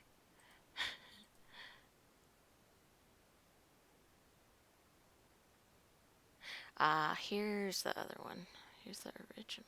Hello, you absolute legends. In 2017, the most expensive video game ever sold cost $30,000. It was a mint condition, sealed copy of the original Super Mario Bros. In 2021, the most expensive video game ever bought cost $2 million. But this was a very special game. Oh, actually, it was the same game. That's an increase of over 6,000% for the same game in just 4 years. Why? Something very strange is happening in the world of video game collecting. Headlines are flooding the internet describing new records set for insane prices. But this is an extremely recent phenomenon, and one that seems to have arisen overnight. For the past several decades, video game collecting has honestly been pretty niche. Truly dedicated collectors seemed to be few and far between, and even if they did amass a respectable collection, there was little fame to be gathered from it. In contrast to something like the art world, where collectors represent the richest of society, flaunting their lavish purchases, video game collecting was mostly done by the purest of heart. Regular gamers, nerds in the truest sense, who were just so passionate about the hobby that they were happy to spend whatever spare cash they could scramble together to acquire a cart here or there, often as cheaply as they possibly could. Video game collectors weren't rich, but they didn't need to be either. Retro video games were never that expensive, therefore basically anyone could do it. And that was one of the great things about it. All you really needed was passion and time. But in 2018, something happened that would change everything. The launch of a company called Wata Games. This was no ordinary launch, and Wata is no ordinary company. There is a select group of very wealthy, very powerful people who are pulling the strings behind this recent spike in video game prices, and those same people are making money hand over fist. When I heard the news of a $1.5 million Super Mario 64, this seemed too ridiculous for me to ignore. I knew there had to be more to this story than meets the eye, and boy, was I not wrong. This rabbit hole is deep. The bubble we are seeing in video games has been seen before in other collectibles for almost half a century. And the crazy thing is that each time it happens, the same people are involved. They know exactly what they are doing, and they know how to extract as much money as possible from suckers who believe the headlines. There is a lot of shady stuff going on, and you won't believe what I've found. This entire situation is fraught with unethical business practices, deception, collusion, and even fraud. By the end of this video, you will know exactly why this is happening, who is causing it to happen, and what needs to be done to stop it. I really hope you enjoy. Now, before we get into the specific details about how this entire racket works, there are some concepts that I want you to be familiar with so that you can better understand the context. The first is the difference between the intrinsic and extrinsic properties of an object and how they relate to perceived value. Intrinsic properties lie within the object itself. For example, if we were to examine a painting, the intrinsic properties would be the materials it was made of, and also, of course, how the painting actually looked.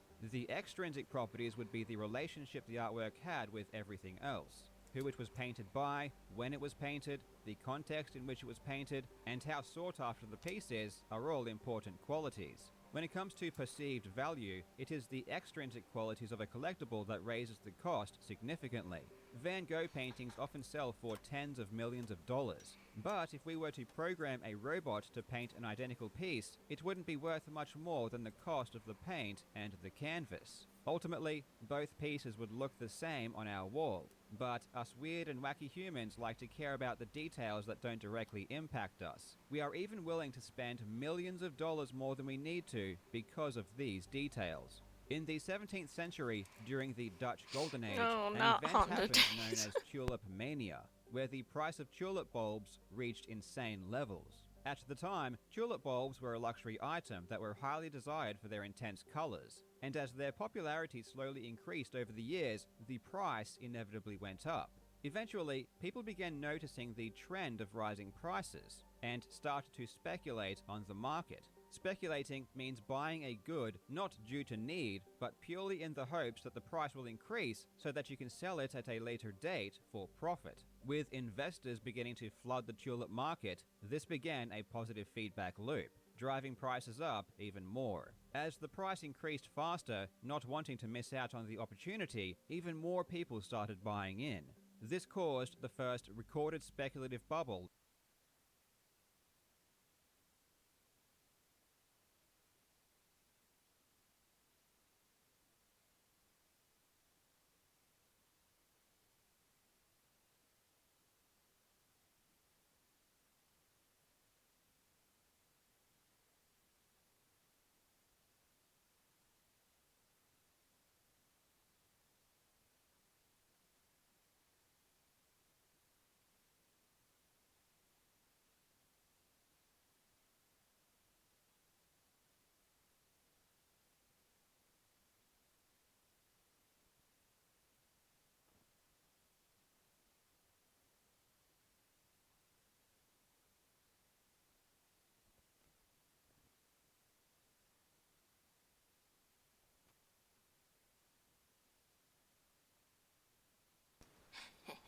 See ya.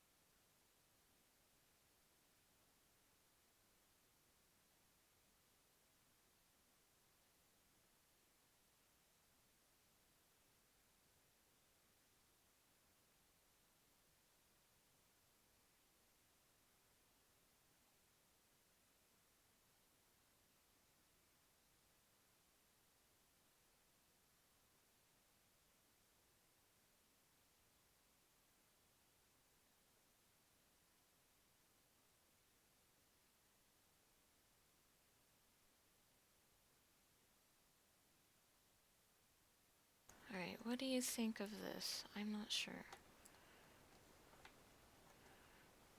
Maybe fill it fully with black. You know, say all the animal mascot pictures that I can find, every one of them, their eyes are like fully one color and they're angry looking. You know?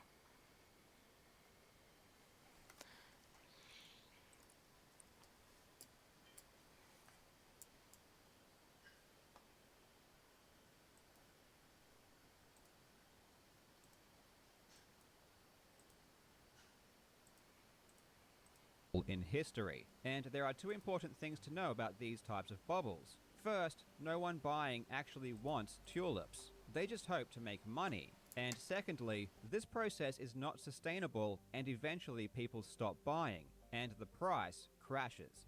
Those left holding tulips lose everything as their value plummets back to normal. I want you to remember this process because the exact same thing is happening with video games right now. But the difference is that this current video game bubble isn't an accident. You see, if you know how speculative bubbles work, you can theoretically create them at will. All you would have to do is raise the perceived price of a good quick enough so that speculators see the trend and start entering the market. Then, you can just sit back and let the positive feedback loop do the work. Profiting from your artificially created bubble by buying games early and selling later is rather obvious, but these types of bubbles. First, no one buying actually wants tulips. They just hope to make money. And secondly, this process is not sustainable and eventually people stop buying and the price crashes. Those left holding tulips lose everything as their value plummets back to normal. I want you to remember this process because the exact same thing is happening with video games right now. But the difference is that this current video game bubble isn't an accident. You see, if you know how speculative bubbles work, you can theoretically create them at will. All you would have to do is raise the perceived price of a good quick enough so that speculators see the trend and start entering the market. Then, you can just sit back and let the positive feedback loop do the work. Profiting from your artificially created video games right now. But the difference is that this current video game bubble isn't an accident. You see, if you know how speculative bubbles work, Nice. you can theoretically create them at will. All you would have to do is raise the perceived price of a good quick enough so that speculators see the trend and start entering the market. Then, you can just sit back and let the positive feedback loop do the work. Profiting from your artificially created bubble by buying games early and selling later is rather obvious, but there are actually smarter ways to make money, ways that incur far less risk. In the current video game market and the collectible market in general, there are two institutions that stand to gain the most from increasing prices. Those are grading companies and auction houses. A grading company is a business that inspects games, certifies them, and gives them a rating of quality. They are basically quality assurance. They allow buyers to know exactly what they are getting, which enables quick and easy transactions. In a bubble, people are flocking to get their games graded in the hopes of profiting from the increasing prices. But it's not just the extra business that helps grading companies, as they also take a percentage of the market value when grading a game. A game worth $10,000 might cost around $400 to have graded, but if that exact same game was valued at $1 million, it would cost over $20,000 to have graded. It's a pretty good deal. But the institution that really profits the most by far is auction houses. Take Heritage Auctions for example, which is where all of the current record-breaking video game sales are taking place. They charge a 20% buyer's premium on every sale. So if you buy a video game for $1 million, you need to pay the auction house $200,000 on top. And just for shits and giggles, they also take 5% from the seller as well. You can begin to see why grading companies and auction houses would really want prices to go up. It's in their interest. This is also why grading companies and auction houses should never be speculating on the price of goods or impacting markets directly. They have a huge conflict of interest. And whenever you see a grading company or an auction house talking about how valuable games are, you know it's because they want to drive prices up. Again, you will need to keep all of this in mind. I'm going to provide you with a ton of information, and I'm going to trust you to connect the dots. If you are really interested in learning what's going on, I suggest writing down details as we go, or watching sections more than once. Let's begin. The two institutions that you will become very familiar with are Wata Games, the video game grading company, and Heritage Auctions, the auction house. Wata Games was founded in 2017, but it didn't officially launch until April of 2018.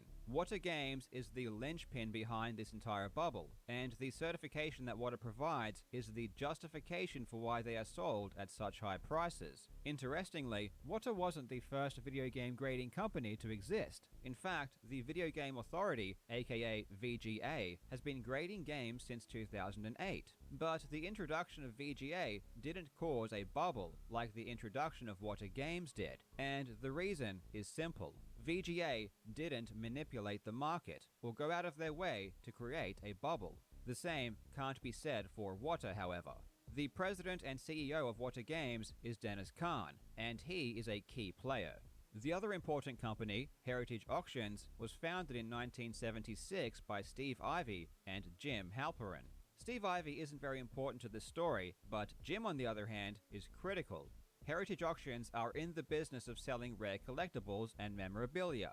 They sell coins, comics, art, anything you can collect that has value. And in 2019, they started selling video games. But not just any video games, only games that had been graded through Wata Games. The interesting thing about the relationship between Wata and Heritage is that it seems to have existed before Wata even began grading games. On the initial website of Wata, when it launched, it had a dealer spotlight section where it listed key relationships. One was Heritage Auctions, where it stated that Wata certified. What do you think about the eyes being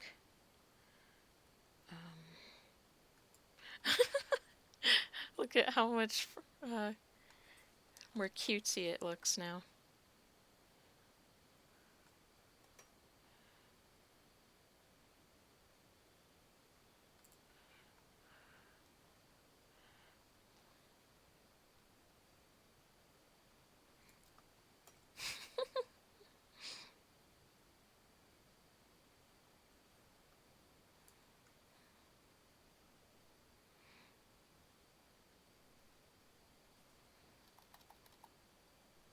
Video games will be featured in Heritage online auctions. This doesn't make sense.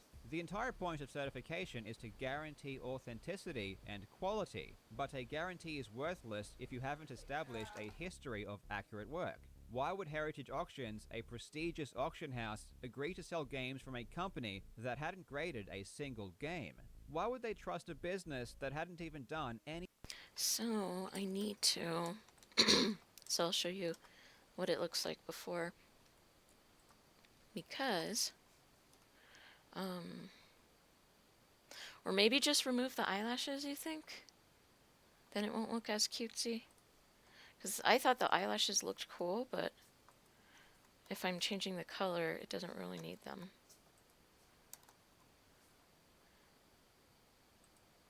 Reason why I had them before was because of how plain the eyes were. And because it looked demonic, and the only way to make it less demonic was by adding eyelashes.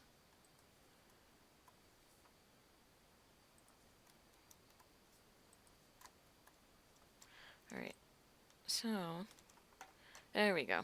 No eyelashes. So here is, so save real quick, and then here is the eyes before, the eyes now. You think it looks fine now? See, it doesn't look too angry, but it also doesn't look too cutesy. That's what I'm kind of going for. Because I did like the more intimidating look it had before, but he said he wanted it to blend in with the other mascots better, which makes sense. Because now this looks better with bird, right?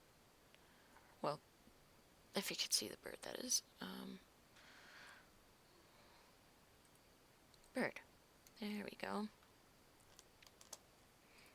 Any business to begin with, when there was already an existing grading company that had been grading games for 10 years. The only explanation to me is that Heritage Auctions was involved in some way in the creation of What Are Games, and knew that it was on board with their mutual goals. And if you needed any further evidence of this pre-existing relationship, Jim Halperin, the founder of Heritage Auctions, was listed on the What Are website as an advisor. Another business that Water had a relationship upon creation was Just Press Play, a distributor of used video games which was founded by Zach Geig.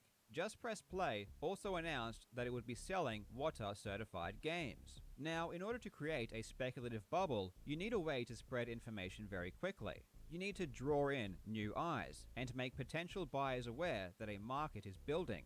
The easiest way to achieve this by far is to create headline-worthy events that can disseminate through the media. In this case, it was the purchase of a Super Mario Bros. Why do they add an ER to draw? They say drawer. Cart for $100,000 in February of 2019. Before this sale, the previous most expensive video game ever sold went for $30,000, so this new sale was a pretty big deal, big enough to generate headlines. But the even more interesting thing is who bought this game. It was purchased by 3 men. The first was Jim Halperin, founder and chairman of Heritage Auctions. The second was Zach Geig, founder and owner of Just Press Play. The third was Richard Lecce, who has one of the largest video game collections on the planet. Heritage Auctions then issued a press release about the sale, because of course the purchase was never about collecting the game, it was about publicity. And if this wasn't obvious enough, Jim Halperin advertised in this press release that the game may end up in a future auction.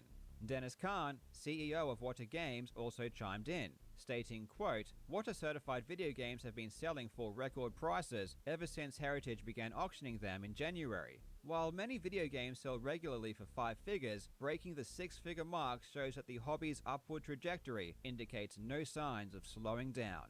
So what you have here is the chairman of the auction house buying a game for a record price and then creating a press release about his own purchase in which himself and the president of the grading company are stating that the value of games is going up. He then advertises that his own game will be going up for auction in the future through his own auction house. And his plan worked. The press immediately jumped on this, and many articles about the purchase were written. Kahn's tactic of pumping up the perceived value of games would be seen in every article. So for example, guys in a that are in Kotaku charge of the grading video game market, they purchased the game and they basically said how they wanted the prices to increase, thus making it publicly increase so they get more money. Kahn states, "I've always said, video games are going to go the way of comics or cars or coins. It's only a matter of time until a video game sells for $1 million. In an Ars Technica article, both Kahn and Halperin were again pumping up the perceived value of games, with Halperin stating, "There are bets on what will someday be the first $1 million game, and many collectors believe that this will be the one. It's so strange to me that news articles allow the owner of a game to advertise that its worth is 10 times what they paid for, and not a single eyebrow is raised. They did everything they could to raise awareness about the sale. They even took the cart onto Pawn Stars, claiming it was worth $1 million. This appearance was the perfect opportunity to establish What Are Games as the authority in grading, despite having only existed less than a tenth of the time that VGA had. Pawn Stars even had Dennis Kahn come on, and again he pumped up the value, implying that it was worth at least 3 times what they paid. Remember what I said about grading companies. They shouldn't be manipulating the market and driving up prices. Dennis even faced backlash about this from intelligent collectors, who knew what he was up to. But of course, this didn't stop him. He went on Pawn Stars multiple times, valuing games at insane prices. I can give you dozens of examples, but the point is that there was a very large, very effective campaign to establish Water as the authority on video games, despite having only been created. It was critical that Water was seen as the be-all and end-all in video game grading, because then the words of its CEO, Dennis Kahn, would be more effective in increasing the value of games. Cont would continue to abuse his authority as the head of What Games for the next few years, appearing in countless articles and interviews, and always pumping up the price. In fact, he's still doing it, even with the ridiculous price of $1.5 million that the recent Super Mario 64 went for in July. In a Verge article covering the record-breaking sale, Cont states, "I think that we are going to continue to see record-breaking sales. Again, this is purely to make people believe the price will continue to go up in order to fuel speculation. what's happening All on of this this side? press is driving up prices, but it's only one half of the equation. You also need Why is people to it- actually buy Oh. games, but the people buying these games aren't who you'd expect. If you thought they were video game collectors hoping to complete their collection, you'd be wrong. Let's Something take a look at who is really buying up these Didn't games. reflect. Video game collecting has taken an interesting turn in the past few years. Over the last decade or so, I've been a big fan of watching collectors' videos on YouTube, where they proudly show off what they've amassed. In my experience, genuine collectors love sharing their prized possessions, but that's not what we're seeing with these record-breaking sales. Nowadays, the buyers of these expensive games are hidden from the public. Identities are kept secret, and no one takes credit for anything. It's all really strange. Heritage auctions will never tell you who the buyers are, or even if money was actually exchanged. However, there are ways we can tell who bought some of the games, and this is where things get weird. Several weeks ago, I was investigating the relationship between Water Games and porn stars, given that the original appearance of Water on that show was obvious collusion between the grading company, the auction house, and the show. In particular, I was researching the appearance of a Mike Tyson's Punch-Out that Dennis Kahn valued at $80,000. Through a Google search, I found something very interesting. It was a purchase agreement of the exact same cart. The owner of the cart, Brian, had sold it to a company for the exact same amount that Dennis had valued it at. The buyer was RSE Archive, LLC, which trades as Rally. Rally is a platform that allows investors to buy and sell equity shares in collectibles. To put it simply, people can buy a fraction of a video game, and if the price goes up, they can sell their slice to someone else in order to make a profit. It's essentially gambling on the price of collectibles, and it's as silly as it sounds. None of the people who buy equity in any of these collectibles actually own it. It's purely to try and make bets on the price and earn a quick buck. The purchase agreement I found for the Mike Tyson's Punch-Out was an SEC filing. Companies that hold these items and sell equity in them need to disclose their assets to the SEC, so we can track exactly what they buy and how much for. There are 3 fractional share companies that have sprung up in the past several years that are selling equity in video games: Mythic Markets, Otis, and Rally. Each of them was formed immediately following the launch of What Games. Through their SEC filings, I can track their purchases. Rally bought a Super Mario Bros. For $140,000 in 2020. This was the same cart that would eventually be sold for $2 million just this month. From Heritage, they acquired this GoldenEye for $22,800, this Grand Theft Auto for $13,200, and this Donkey Kong for $38,400. Mythic Markets also bought this Metroid for $46,800. Otis also bought a Mike Tyson's Punch-Out for $130,000. From Heritage, they bought a Pokemon Yellow for $78,000, this Golf for $18,000, and many other private purchases. Aside from these fractional share companies, we can also see people buying games from Heritage and trying to flip them on eBay. For example, a Super Mario that was bought for $84,000 in September of 2020 is now sitting on eBay with an asking price of $1.5 million. I haven't heard of a single legitimate collector buying any of these expensive games. It's entirely speculation, purely for profit.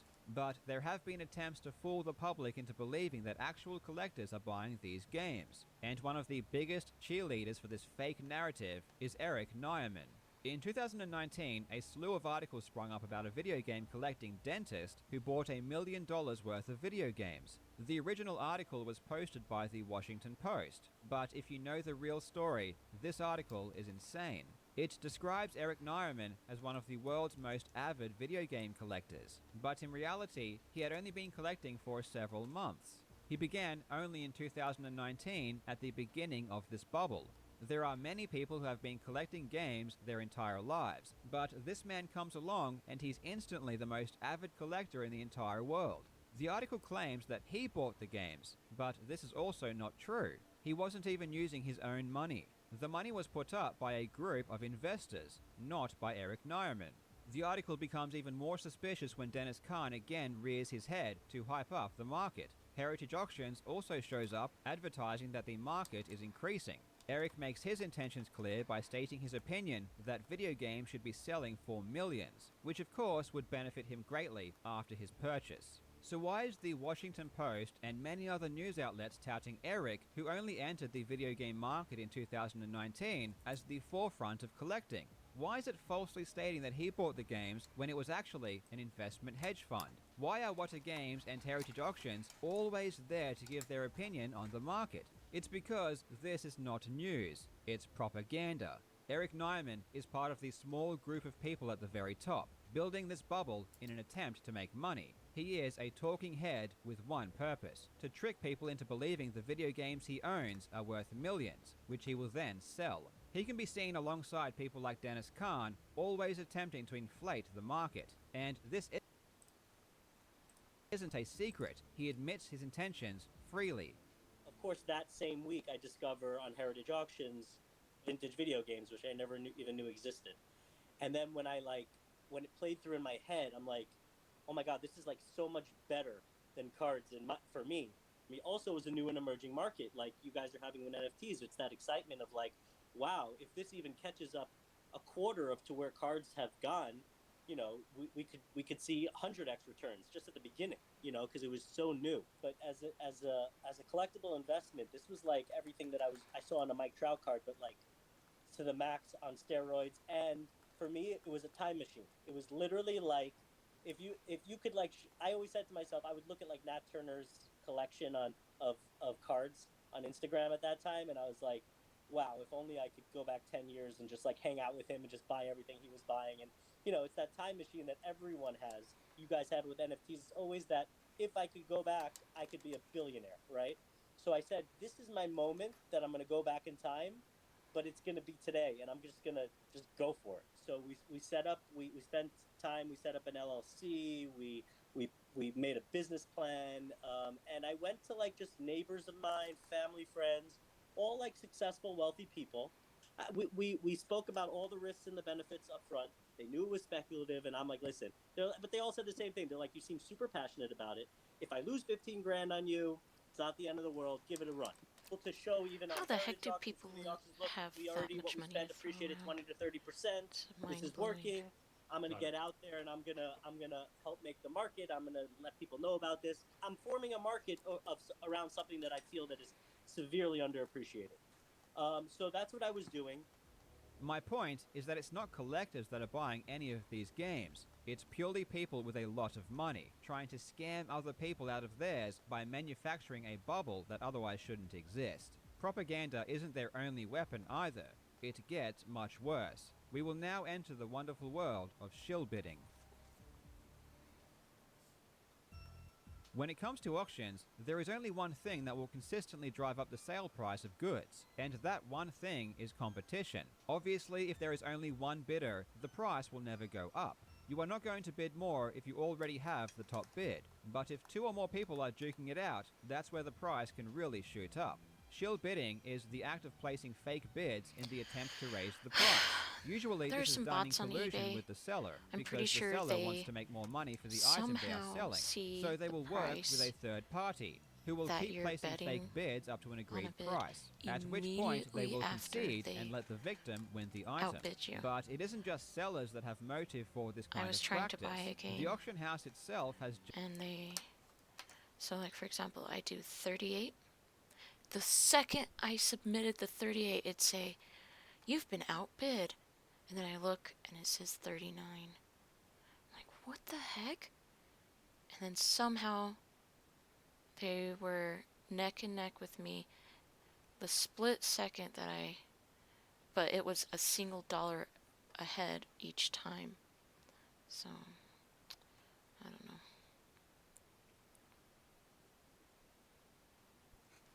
Okay, oops.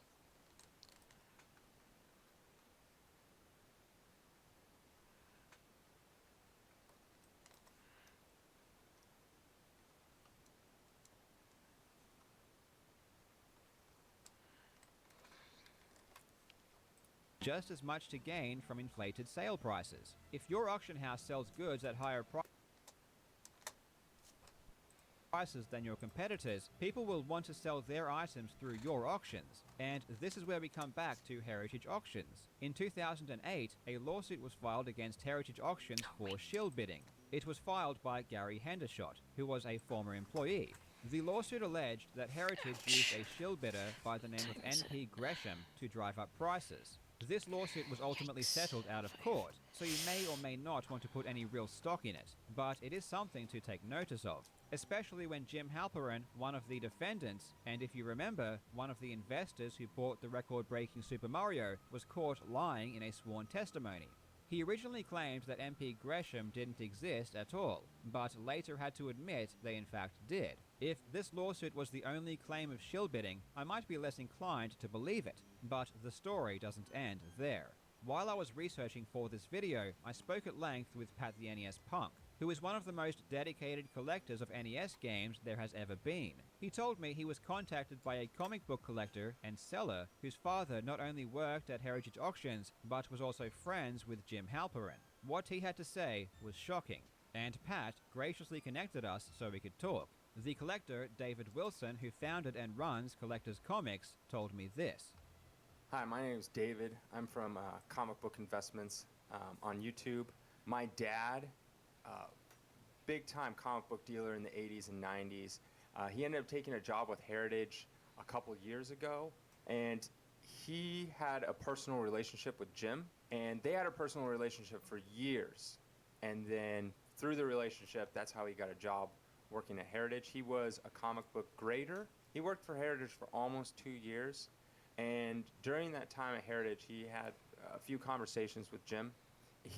My dad told me, because I would talk about the video games, I was like, hey, Dad, I can't believe this video game sold for so much. He was already gone by the time the video games have reached where they are at now. And he told me, he's like, yeah, so they're manipulating the market. And my dad gave me an example. Jim is one of the biggest comic collectors in the world. He has one of the biggest collections in the world.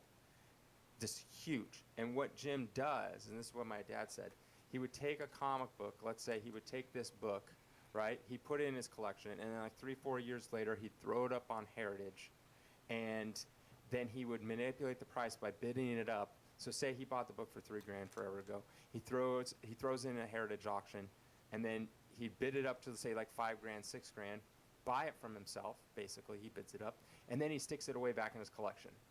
And then every couple years later, 3, 4, 5 years later, whatever it is, makes its way back into the Heritage auction, does it again. And what that does is it stimulates the market by pushing it up, propping it up higher than it is to show like, hey, there's been a sale of this comic book or video game for this price. So that means it must be worth that much. And that's kind of like what I have a feeling that they're doing with video games. They're propping them up like super high, higher than they should be, to create a market, manipulate the market into thinking that these video games are actually worth this much because they have sales data to prove it. If this is true, and everything I currently know about Jim Halperin leads me to believe it probably is, the tactic definitely works. When items are sold at higher prices, it raises the perceived value of every similar item. It's even more effective if you purchase items at record prices. Every time a video game sells higher than ever before, the internet is flooded with articles advertising your auction house. For over 2 years, all we ever heard about was all of the insane prices that games were going for on Heritage auctions. Naturally, this makes people want to sell their games through Heritage as opposed to anywhere else. But with all of the reports of shill bidding, reports of buying their own items, and the intense secrecy of purchases, we don't know if Heritage were involved in any of these record-breaking sales. This is why we also can't be sure of the recent $2 million purchase from Rally, as again, the ridiculous price, the secrecy, and the obvious motive make it very suspicious. Jim Halperin isn't the only major player that seems to be using his own platform to personally benefit. It's time to take a closer look at what are games, and how some of the key figures in that business are using their positions for their own gain. Shill bidding and buying your own items at inflated prices are pretty obvious ways to abuse your position at an auction house. But how could you take advantage of your own grading company? The first thing that comes to mind would be grading your own games. This presents a pretty clear conflict of interest, and even Wata admits this. In a New York Times article, Wata president Dennis Kahn goes on record to say that Wata employees are not allowed to have games graded by the company, or sell those that were. I'll say that again. Wata employees are not allowed to have games graded by the company, or sell those that were. This makes sense, and I applaud that rule if it's actually upheld. Now let's take a look at a transaction that occurred in 2019 between two gentlemen. The first is Dane Anderson. Dane is the founder of Nintendo Age, which hosted the largest community of retro video game collectors and enthusiasts on the internet. It also contained the most valuable database of information concerning retro games and what they were worth. If you wanted to know anything about collecting, this would be your first place to go. Dane was also well known for his video game collection, and he had one of the largest assortments of sealed Nintendo games on the planet. But in 2019, he sold his entire collection to a gentleman by the name of Jeff Meyer, who is the founder and CEO of GoCollect, which is a price guide for comic books. The purchase of Dane's collection by Jeff was a pretty big deal, one of the biggest in history. It was so noteworthy that Wata Games even gave the collection a special name. It was called the Carolina Collection, because both men hailed from Carolina.